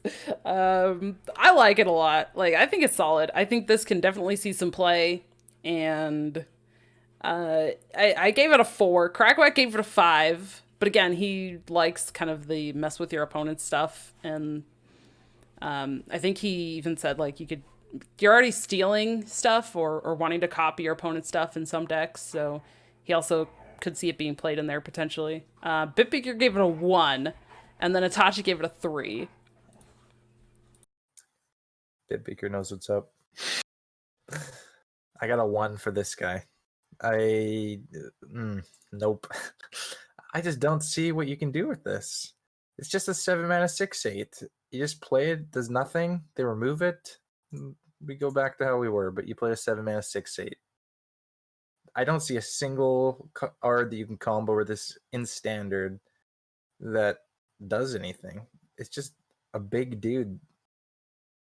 It's just bad. Why is this a legendary? 1 for me. I guess I gave it a 2. It's so greedy. That's what I think when I see it. It's so greedy. Like, yeah, it has a soft taunt. Like, you have to kill it, or you'll get more cards. But it's only 1 card. And it's like, what deck would this go in? Highlander Mage is the only thing I could think of. I think it's cool, but it's too slow. A 2, because I think people will try and play it. Is there a way to... Oracle and Wild is cool. Yeah, I was just about to say, is there a way to make your opponent draw cards? I think, like you said, I don't think there is in Standard. Is Research Project in Standard? No, the projects were... I think those rotated. Yeah. Ooh, is this a wild card? I mean, even that. You're playing on turn 10, this with Cold Light, you're getting 2 random cards from their deck. And yeah. Seems bad all the time to me. Glide. Tentacled Menace. There, found it. I think if you compare this to like Thought Still, which is 2 mana, get 2 cards. Like, this is like Yeah. you're gonna get 1 card for 7 mana. All right, And you can this only run 1 copy. this coming off of that 8/8 dragon that when it dies it gives I you a hate this random game. True. I'm retiring. It'd be a cool witchy lackey. It'd be a super cool witchy lackey target, like if you got this. Cool or painful? They're the same word apparently. Well, if you get it, it's cool. If your opponent gets it. I think Neji's just going off the assumption that his opponent is always getting this stuff, and then it just Right? ruins his My day. opponents love high rolling. You're a glass half full. When I say this, I'm getting these things. Or you're half empty. That's it. You're a glass half empty. You always That's assume why it's you your just opponent. play aggro tempo decks that play cards that are in their deck so that you don't get tilted when you low roll your things. I used to be a control. Control used to be my favorite type of archetype, and now tempo mid-range / aggro is definitely my favorite. Just smack him in the face. I just like playing my cards. Yep. All right. Let's go ahead and talk about the next legendary. Vectis, 5 mana, 4/4, Battlecry, summon 2 1/1 whelps. Each gains a death rattle from your minions that died this game. This is a really interesting effect. I don't know if we've had anything quite like it. So it feels a little hard to judge. But I gave it a 3. I think this is something maybe you tech in. Crackback gave it a 2, Itachi gave it a 2, and the Big Beaker gave it a 4. The interesting thing is, like, when I first saw this, I just thought it was like they got a death rattle. I don't even know, like a random death rattle or something, and I was like, and then I'm like, well, what death rattle things are you even playing? Also, I've seen people bring up the like grave runes effect, which I don't know if anybody knows. Maybe this has been talked about or confirmed somewhere. When I think about the interaction of if these got grave runes, does that then when they die you just get more whelps, 1/1 whelps? Yes. That feels bad. Why would I want that? Yeah, that's bad. I don't. So people are like, "Oh, this is grave runes," but yeah, I don't. No. I don't know. I feel like you're using this in a deck where you're specifically running certain death rattles, but I don't know what that is right now. Maybe this goes in like Highlander Mage for your Solarian. That'd be sweet. But Would be. I don't know. Yeah, this does not work with Grave Rune. It just gives you 1/1s with no text. But yeah, I have this as a 4 because the card is really powerful. I personally don't know what I'd play it in, but it's really good. Like, it's a 5 mana 6/6. It's just good. Obviously not if you don't play death rattles, but Yeah. even with like one really good death rattle, I think it's not even that bad. I don't know. This is like my most ambitious rating, I think, of the set. I have it as a 4. It could be a 1. I don't know what you do with it, but I think someone will find something that's really good. Oh, I have 2 words. Face Hunter. It goes in Face Hunter. Ooh. There It's you already go. in my. I already have a Face Hunter deck already planned out. I think it's a. It has a lot of things, kind of like Terran Gorfiend, in that it has some cool stuff, but it doesn't see a lot of play. It's very specific. I think I ended up giving it a 3. I'm torn between a 4. Guess what else? Guess what else this could probably go in? It could go in Gambling, right? There's a ton, that's Death Rattle base. So all your egg stuff that goes in Gambling, this could go into. What else did it have? Albatross. Death Rattle. I saw people talking about Death Rattle Rogue.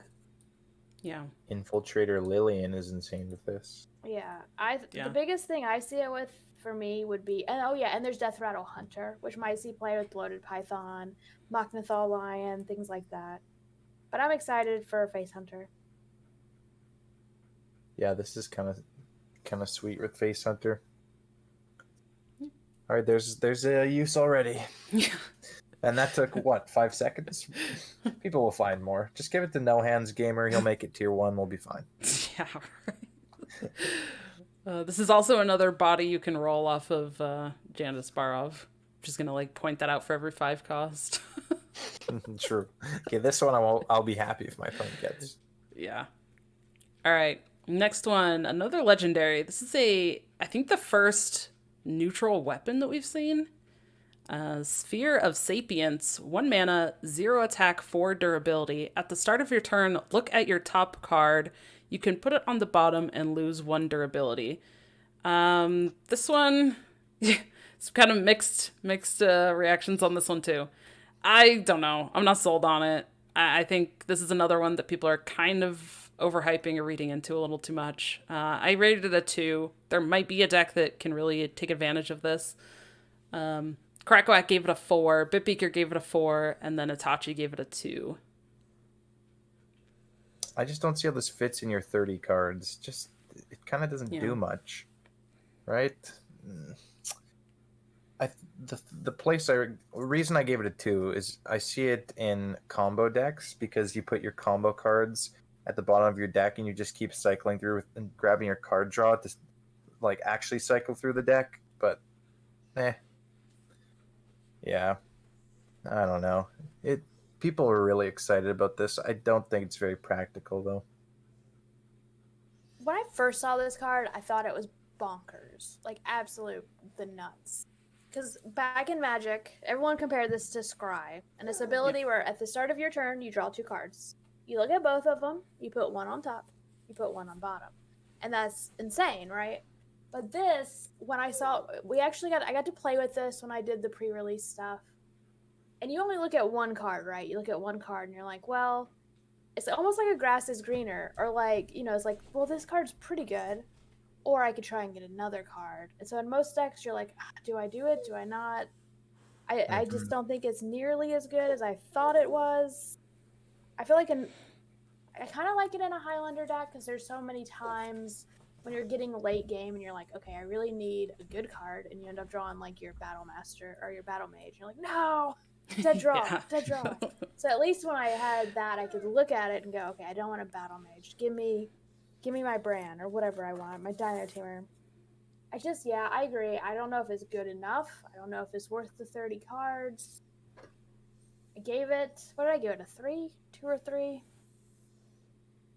It only will go in a few decks. Maybe it's a 2 for Fringe. Yeah. Hey, now when you top deck that Battle Mage, it'll be a Demon Companion, and you play Huffer. Oh, now it's actually good. But it does only lose durability if you choose to put it on the bottom, which is kind of cool. Yeah. Yeah, that is You cool. have it for a while, typically. Are we talking about the Sphere? He's back. Back! We are. Back.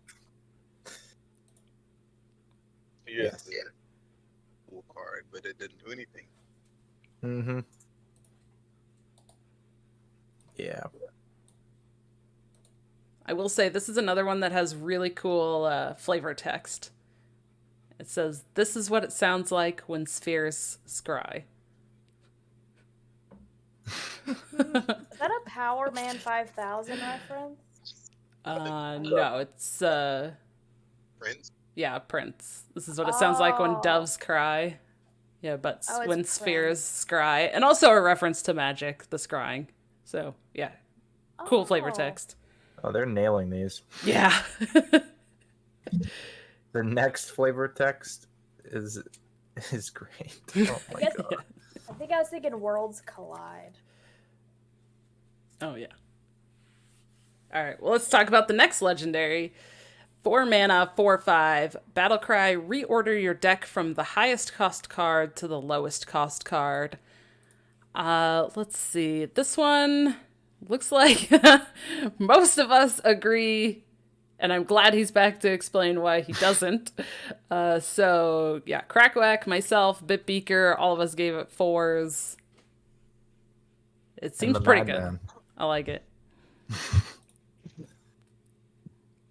All right, why Wait, is am it I a the two? only one that gave it a 2? Yes. Why is it a 2? Explain, sir. Because you can't play it on 4 unless you're playing like a deck that curves out at like 6. Like imagine Highlander Hunter and you play it at 4, and then you draw like Alex and or Nagrand and Alex and like not Brand for 4 turns. I mean, you draw Brand on 7, yeah. but everything else is playable. So like, it's a combo card in a meta where I don't know if combo is gonna have time to live. You can play this in Highlander Hunter. I've already cut the Grand Slam and Dragon Queen from my deck. Those cards are trash anyways. My deck literally tops out at Bran anyways. That's cool. Okay, so you play But on yes, 4, on 4 mana. On 5, you draw Brand, and on 6, you draw like Tiamat, or the other 7 drop if you play one. And then on 7, you play your Brand, and that's great if you didn't like get run over in those 2 turns after you played the Chillwind Yeti on 4. But you can sort of treat this as like a card that doesn't cost 4. Just like assume this costs like 6 or 7, like your other good 6 or 7 cards. But then when you actually play it, it costs 4, and it reorganizes your deck and puts your God card right on the top. So I like knowing what I'm gonna draw next for sure. I think that's awesome. But I don't think that I always wanted like the decks that I want to put this in. I don't know if I want them to be highest. I definitely agree that this doesn't go in like all or even like ton of decks, but the decks that does go in, it's going to be really good. I feel like Quest people are going to Warlock. try to make it work. Okay, so the Quest Warlock thing, that was a big thing. But like that's pending you drawing the burn first, because if you don't, then the burn's at the bottom of the deck. Sure. And then you have to draw for a turn after you play it, or like you have to play it and tap and hope that you draw the Malygos, or I mean, you're obviously drawing the Malygos or the Alex. So like you hold the card. I don't know. I don't like holding a card that long. But even like that, I was kind of in that boat at the start, but I sort of think about it. If you tap into 0 mana Malygos and you just have like 1 spell, you don't have to win the game right away. Like just a 0 mana Malygos with like a spell is already just good. I don't think the deck's gonna play the exact same. Like you're not gonna run the deck how it was. You're gonna have like different threats and stuff in it. Yeah, you have to. You can't play like Alex and I don't. Well, maybe you can play Alex, but I don't think you can play like Zephyrus, which I think is important. But... Yeah, I don't think you're running Zephyrus or Dragon Queen anymore. You probably just have like maybe you run like Soul Fragment stuff. So I think it's good in I think it's good in a Druid deck that has a large top end that's gonna ramp, and then you play this card, and then you draw all your threats one after the other. Survival of the fittest. Yeah, no, not that deck. Yeah, no, I don't think you're playing this in that deck. Yeah, that's my 2 cents for my 2 rating. I feel like this is another one that's either going to be like insane or terrible. Like I feel like there's been a handful of cards like that this set. So this card I feel like is of the same level of expectation and also the same power level as cards like Chameleos and Madame Lazul, where everybody was like, "Oh, this card does a really good thing," but and then it doesn't work out like that. You mean like Kreen and True Aim? Okay, and wait, you're crazy. Wait, talking about Ace Hunter Kreen? Yes, the God card. That card is great. What are you talking about? Yes, finally, you're a legend. Everyone tells me it's so bad, and I'm like, it's insane. That card's really good. Why weren't you here yesterday? You could have been on my side here. I had to defend Kreen myself. It was hilarious. All right, Itachi, what about that priest? What is sorry, it? What's that priest one, Neji, that you like? Mind Render Elucia, Oh, yeah. the best card in the set. Yes, that one. Oh, the Togwaggle combo and the 2 mana card? Yeah. Right. Yeah, the good card. Yes. Yeah, that card's insane. You played a whole deck to do what that card does. Like, yes, exactly. We think alike, clearly. That card sucks. I There we hate go. it. I'm happy now. I just wanna know what happens. I take a rogue deck, and then I secret passage him, and then like there's so many things that can happen. Ridiculous. How about I just take their Galakron? Ooh. Yeah, thanks. easy. Just play it instantly. And the fact that the card's 2 mana, so you can play all like most of their hand immediately at 10 mana. Mhm. That's so crazy. Okay, I said Yes. this last night. 100%. 100%. I guarantee you the card gets nerfed. 1,000%. 100,000,000, it's getting nerfed. Because you can generate this off Galakron. Do you know how many times you'll be playing this too? Oh, it's getting nerfed. 100. All right, so I don't think it'll get nerfed, but I think It's nerfed. It's already nerfed. Just wait a week. they're making the patch now. I can't believe we made this. hmm I'm sorry, we derailed. What card? I digress. That's all right. All right, let's go on to the next one. Penflinger, 1 mana, 1/1. Battle cry, deal 1 damage. Spellburst, return this to your hand. This one, yeah, that doesn't look like any of us really like it that much. I gave it a 1. Krakow gave it a 1. Bitbeaker gave it a 2. Okay, I changed my rating card. I'm changing. I can't do it now because I'm on mobile, but I changed that to a 4. Like that. What? Pinflinger It's a or 4. Lorekeeper? That card's really good. Pinflinger. What? You crazy. Yeah, Okay. Pinflinger's really, really. What are you playing this in? Face Hunter? No. There's a lot of applications that. There's just a lot of ways to abuse this card. Nah. It's infinite damage if you have spells. Like, it's infinite damage equal to the amount of spells that you can play or generate. But it So costs 10? mana. That is, It's like- over the course of the game, though. That's what I'm saying. Not obviously, it's not instant. Nah. You mean like I a don't want my paladin with Librams or something? Like I don't zero want my cost Libram of Elven wisdom. Archer to come back to my hand. I want the Elven Archer to go back to my collection. One for me. It's okay. So it's a rapid fire that has like infinite twin spell. It is infinite twin spells if you have infinite spells in your hand. Yeah. And rapid fire sees so much play. Oh wait. Yeah, that's a great thing. Oh, wait. Yeah, but like there's no rapid fire. You just get 2. You only get 2. If you got more, then maybe it would see more play. Okay, give me the dream scenario of a pinflinger turn. Are you serious right now? You want me to do it? Because I can do it. Dude, Let's go. change Okay. my mind. Yeah, Change Okay, so play Dark Glare. Pinflinger yourself. You gain 2 mana. You play Raise Dead. You gain 2 more mana. Pinflinger comes back to your hand. You Pinflinger yourself. You've now gained 5 mana. Counting the 1 Pinflinger that you played. So 6 mana minus gain 5 mana.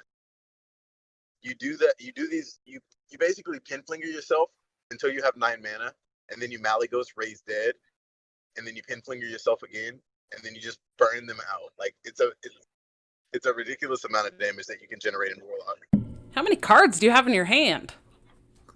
Like, It doesn't you have matter. to have all of that All in your you- hand. Did you say Malygos? wait, This are we- isn't affected are we- by Malygos. Are we acting like we've never played combos where you needed a lot of cards in your hand? this currently play- is not real life. Okay, like imagine playing Dark Glare. You Pinflinger yourself. You play Raise Dead. You Pinflinger yourself again.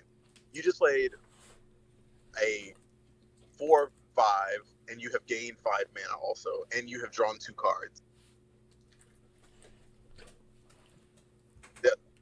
Is that not? That's a lot of stuff. I want to see it. I want to see this. Nah, All right, Pinflinger's gonna be great. it's not real. It's not real life. I'm just gonna You're gonna smack be like- you in the head with Demon Hunter, and you're gonna be dead, and you're gonna be like, "Wow, why do I run Penflinger in my deck?"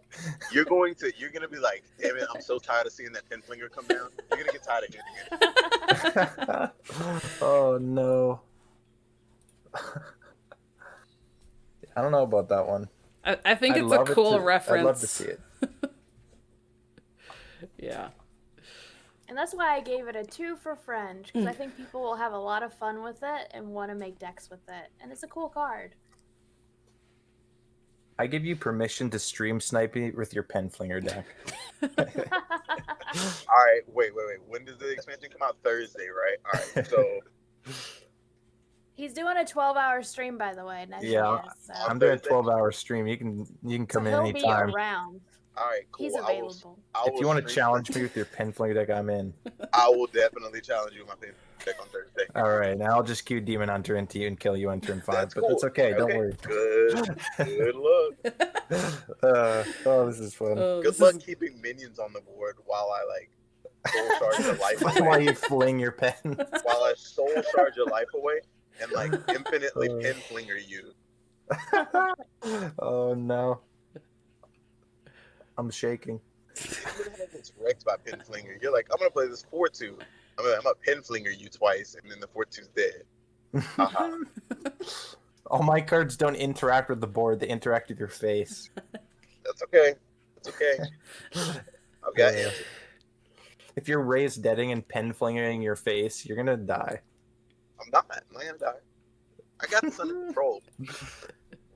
Oh god, it's hilarious. I can't wait.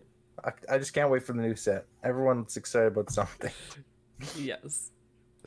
All right, let's go ahead and go to the next one here. We only have a few left. So the next one, Headmaster Kel'Thuzad, legendary, 5 mana, 4/6, spell burst. If the spell destroys any minions, summon them. This one, oh no, I lost my spot. Okay. This one, I gave a 4. Krakow gave a 4. Bitbeaker gave a 4. I think it's solid. I think it's gonna see play in multiple decks. People are gonna definitely try this. And again, this is another one that's gonna come off of Jandis Barov. Oh my god, stop. Actually just disgusting. I'm so disgusted. Oh my god. So many disgusting things have been told tonight. I can never forget these. Oh. Okay, yeah, this card.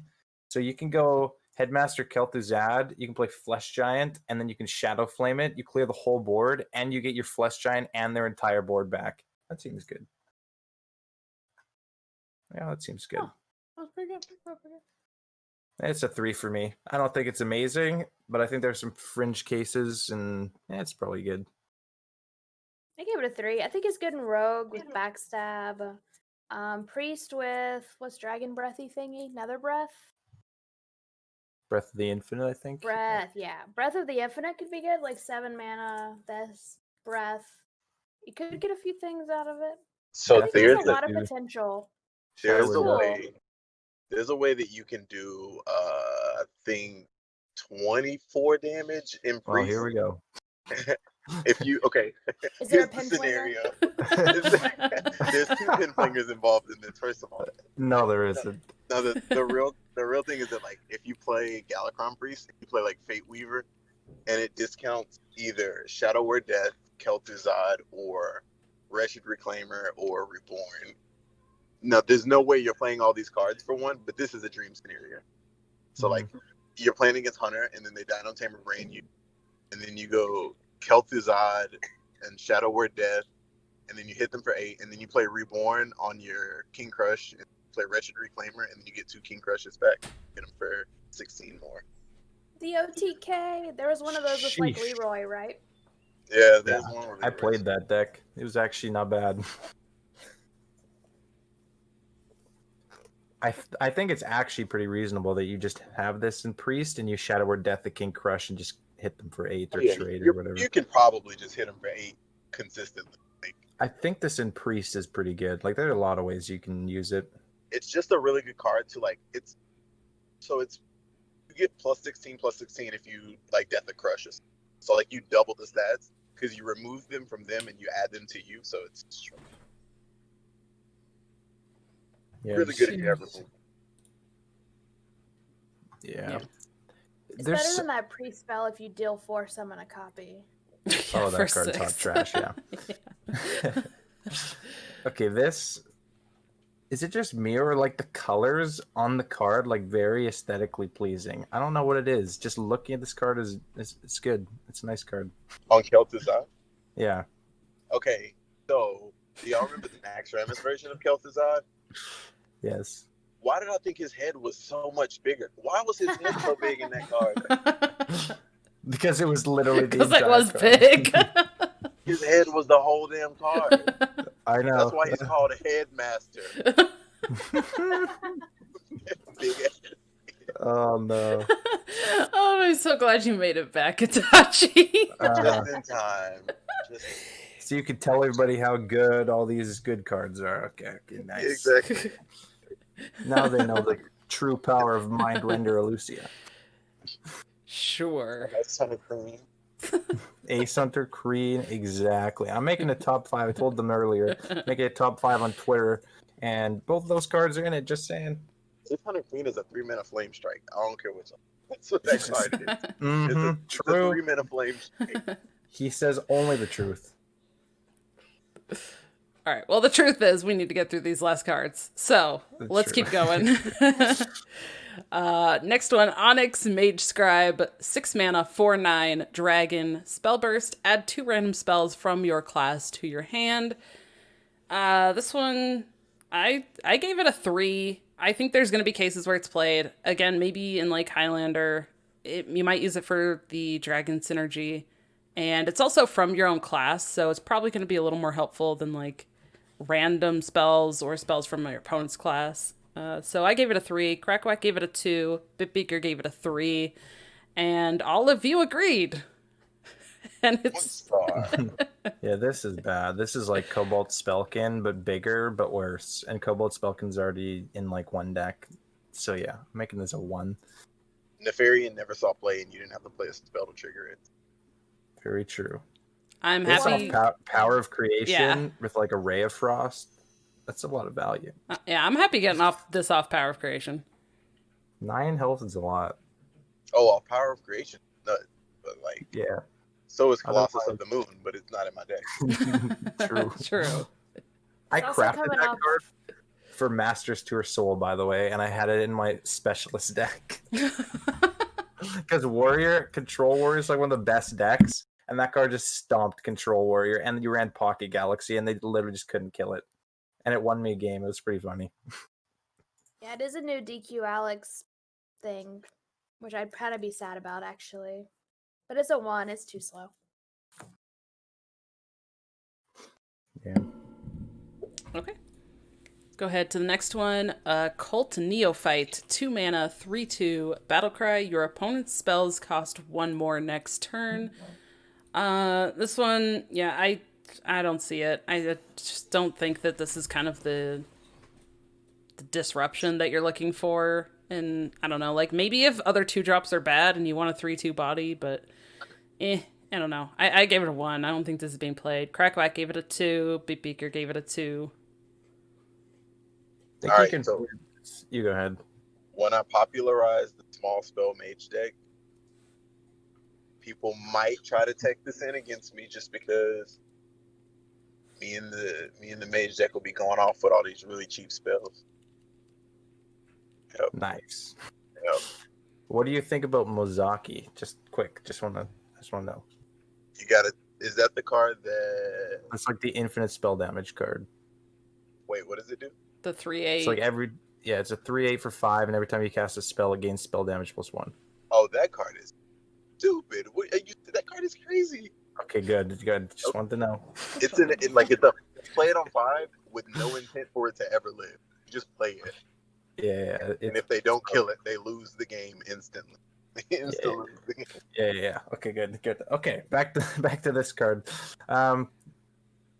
Yeah, I think you can play this maybe in those Voracious Reader decks. Like, just dump your hand. This is like really annoying, and you just refill your hand maybe. But other than that, probably not.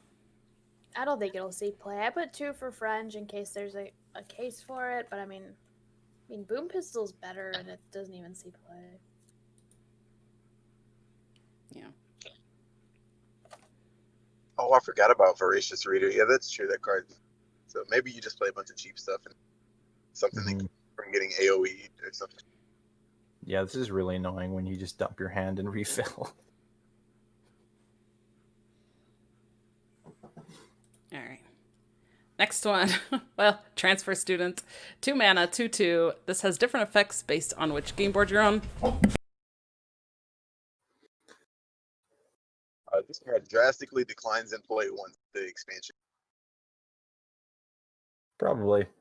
is. I think we're playing it now because it's new and it's cool, and it's a pretty good 2-drop. But I think that like we're playing it because it's new though, more than the fact that it's really good. Because the dormant effect and the reborn and that's about it. Those two are like the low roll, and I never want to see What about the shielded mini bot? that. It's reborn. It's the same thing. Okay, yeah, but there's 2 different ones. I don't like it. I just have it as a 4 because it under our definitions it sees play in tier 1 deck of Highlander Hunter right now. So That's true. I agree with Neji. Not Neji. I agree with Itachi. I think we play it because it's new. It's still a good 2-drop though. I like it more than Bone Chewer because getting it late, sometimes it can actually do other things like +1/+2. I don't know. I actually wish they had just released Kel'Thuzad instead of transfers. Like early. yeah, I don't really know why they didn't. I thought it would be Kel'Thuzad because it's like the face card of the sets. I don't know. Mm-hmm. Anyway, Oh, is this the last card? We made it. All right.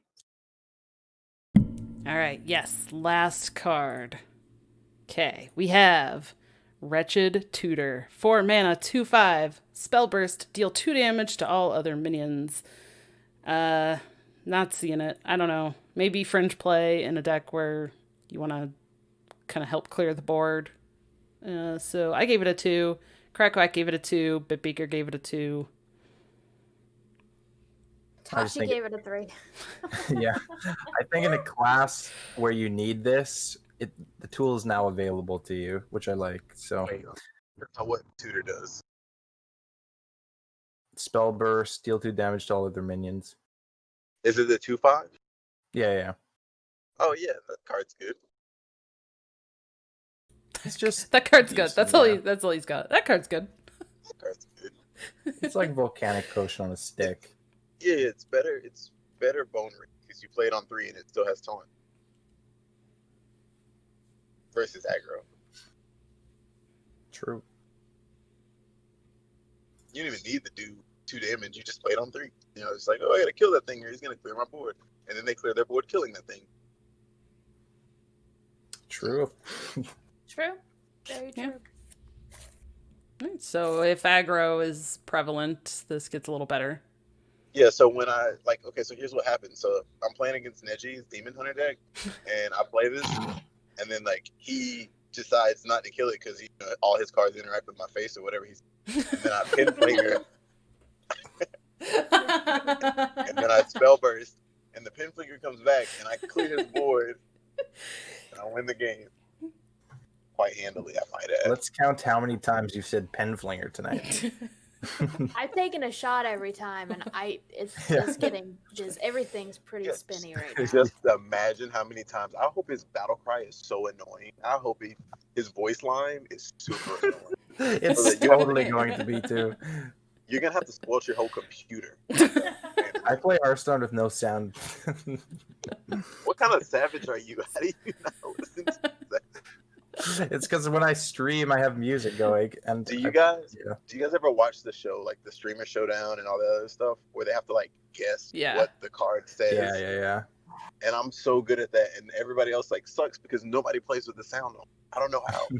I play with sound when I'm not streaming, but otherwise I don't. Oh, I have to hear it because I get too distracted. And then, like, yeah, sometimes I'll get so distracted that I don't even know it's my turn until I hear the rope burning, and I'm like, oh, crap, I gotta play. So I have to play with sound. Real quick, what is this card I rated a 3 and y'all rated a 1? What is Intrepid Initiator? That is the 1 mana 1/2 spell burst gain +2 attack. Yeah. Oh, the 1 mana 3/2? Y'all don't like that card? It's not a So, 1 mana 3/2. It's a 1 mana 1/2. You don't play spells in aggro decks. You're crazy. So, have you ever played Rogue? Crackwack and I gave that one a 4.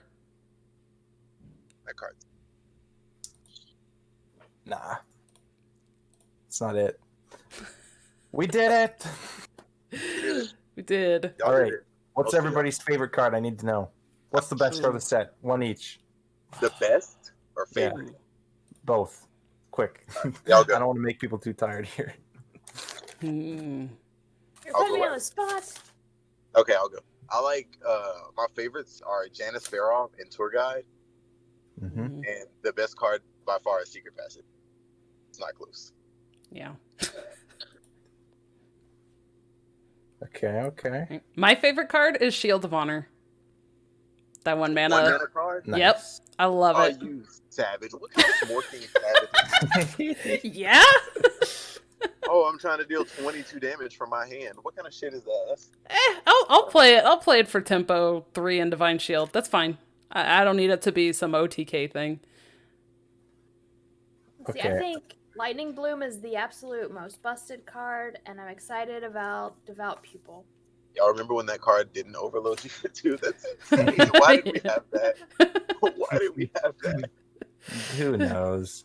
Okay, my favorite card, Ace Hunter Kreen. Let's go.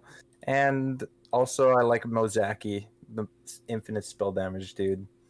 And then I think the best cards are Secret Passage and Mind Render Lucia. Wait, okay, swap, yeah. Yeah. I just realized that Lord Barov is Janice Barov's father. I didn't realize. Oh my gosh. J-Bar. J-Bar's dad watching. Yeah, that card. That's also the card that we all rated 5 in Warriors. The only card. Yeah. Lord Barov? Yep. Yeah. Yeah, why is that printed? Who? This is why Gallon got hired to the design team. There's I no know. way Gallon lets that. Did you see Trump's video? Yeah, I did, unfortunately. I love Trump, but God. That was so funny. Also Firebat. Oh, the philosophy one? Yeah. Yeah, that was good. Whoops. Shout out to y'all for doing all the cards. I hate that I only made one. Yeah, it was fun. I like that Itachi. He knows he speaks my language here. Do I though? I feel like we're like one of those graphs where we meet in. I can't remember the name of it. Like it's a big circle here and a big circle there, and then they like barely overlap. That's us. Like What are those barely called? I overlap. can't remember. I can't remember. Yeah. What, like Venn diagrams? Yeah, That's it. diagrams. That's it. We're a big Venn diagram. At least you know that Ace Hunter, Kreen, Mind Render, Lucia, and Mozaki are OP. That's all I care Okay, about. I'm just trying to figure Living out in your why echo chamber. why do people feel like Green is not good? I'm just wondering. I don't know. Go I back and actually watch the don't know. VOD from last night and listen to what my 'Cause if you explanations. don't Yeah. have board, it's worthless. It's a 2/4. Yeah, it's not even that bad. So Zixor, but at least it gets a prime. With Rush. And You it's one of the literally lose worst the cards game in if you Highlander kill it. Hunter. It's You one of the can't- worst cards in Highlander Hunter. That's like saying a draw card is bad if you have a lot of cards in your hand, but you still want to play it because you plan to need to draw cards, just like you plan to have board. Mm-hmm. Just like Shadow Step is bad if you have no minions, but you plan to have minions. You also instantly lose the game if you can't kill it and you're playing a tempo-based deck. Oh, Seems yeah. good. It's bad in Hunter though. I don't like it. Only Demon. Yeah, it's Thank good. you. I love that we all have like such different opinions about all these. I just Hunter's can't wait not to try trying to out. trade. Hunter's not trading at all. Like even versus aggro, you just like going base most of the time and making them trade. We'll see. We'll see. Day one's We'll gonna be see. fun.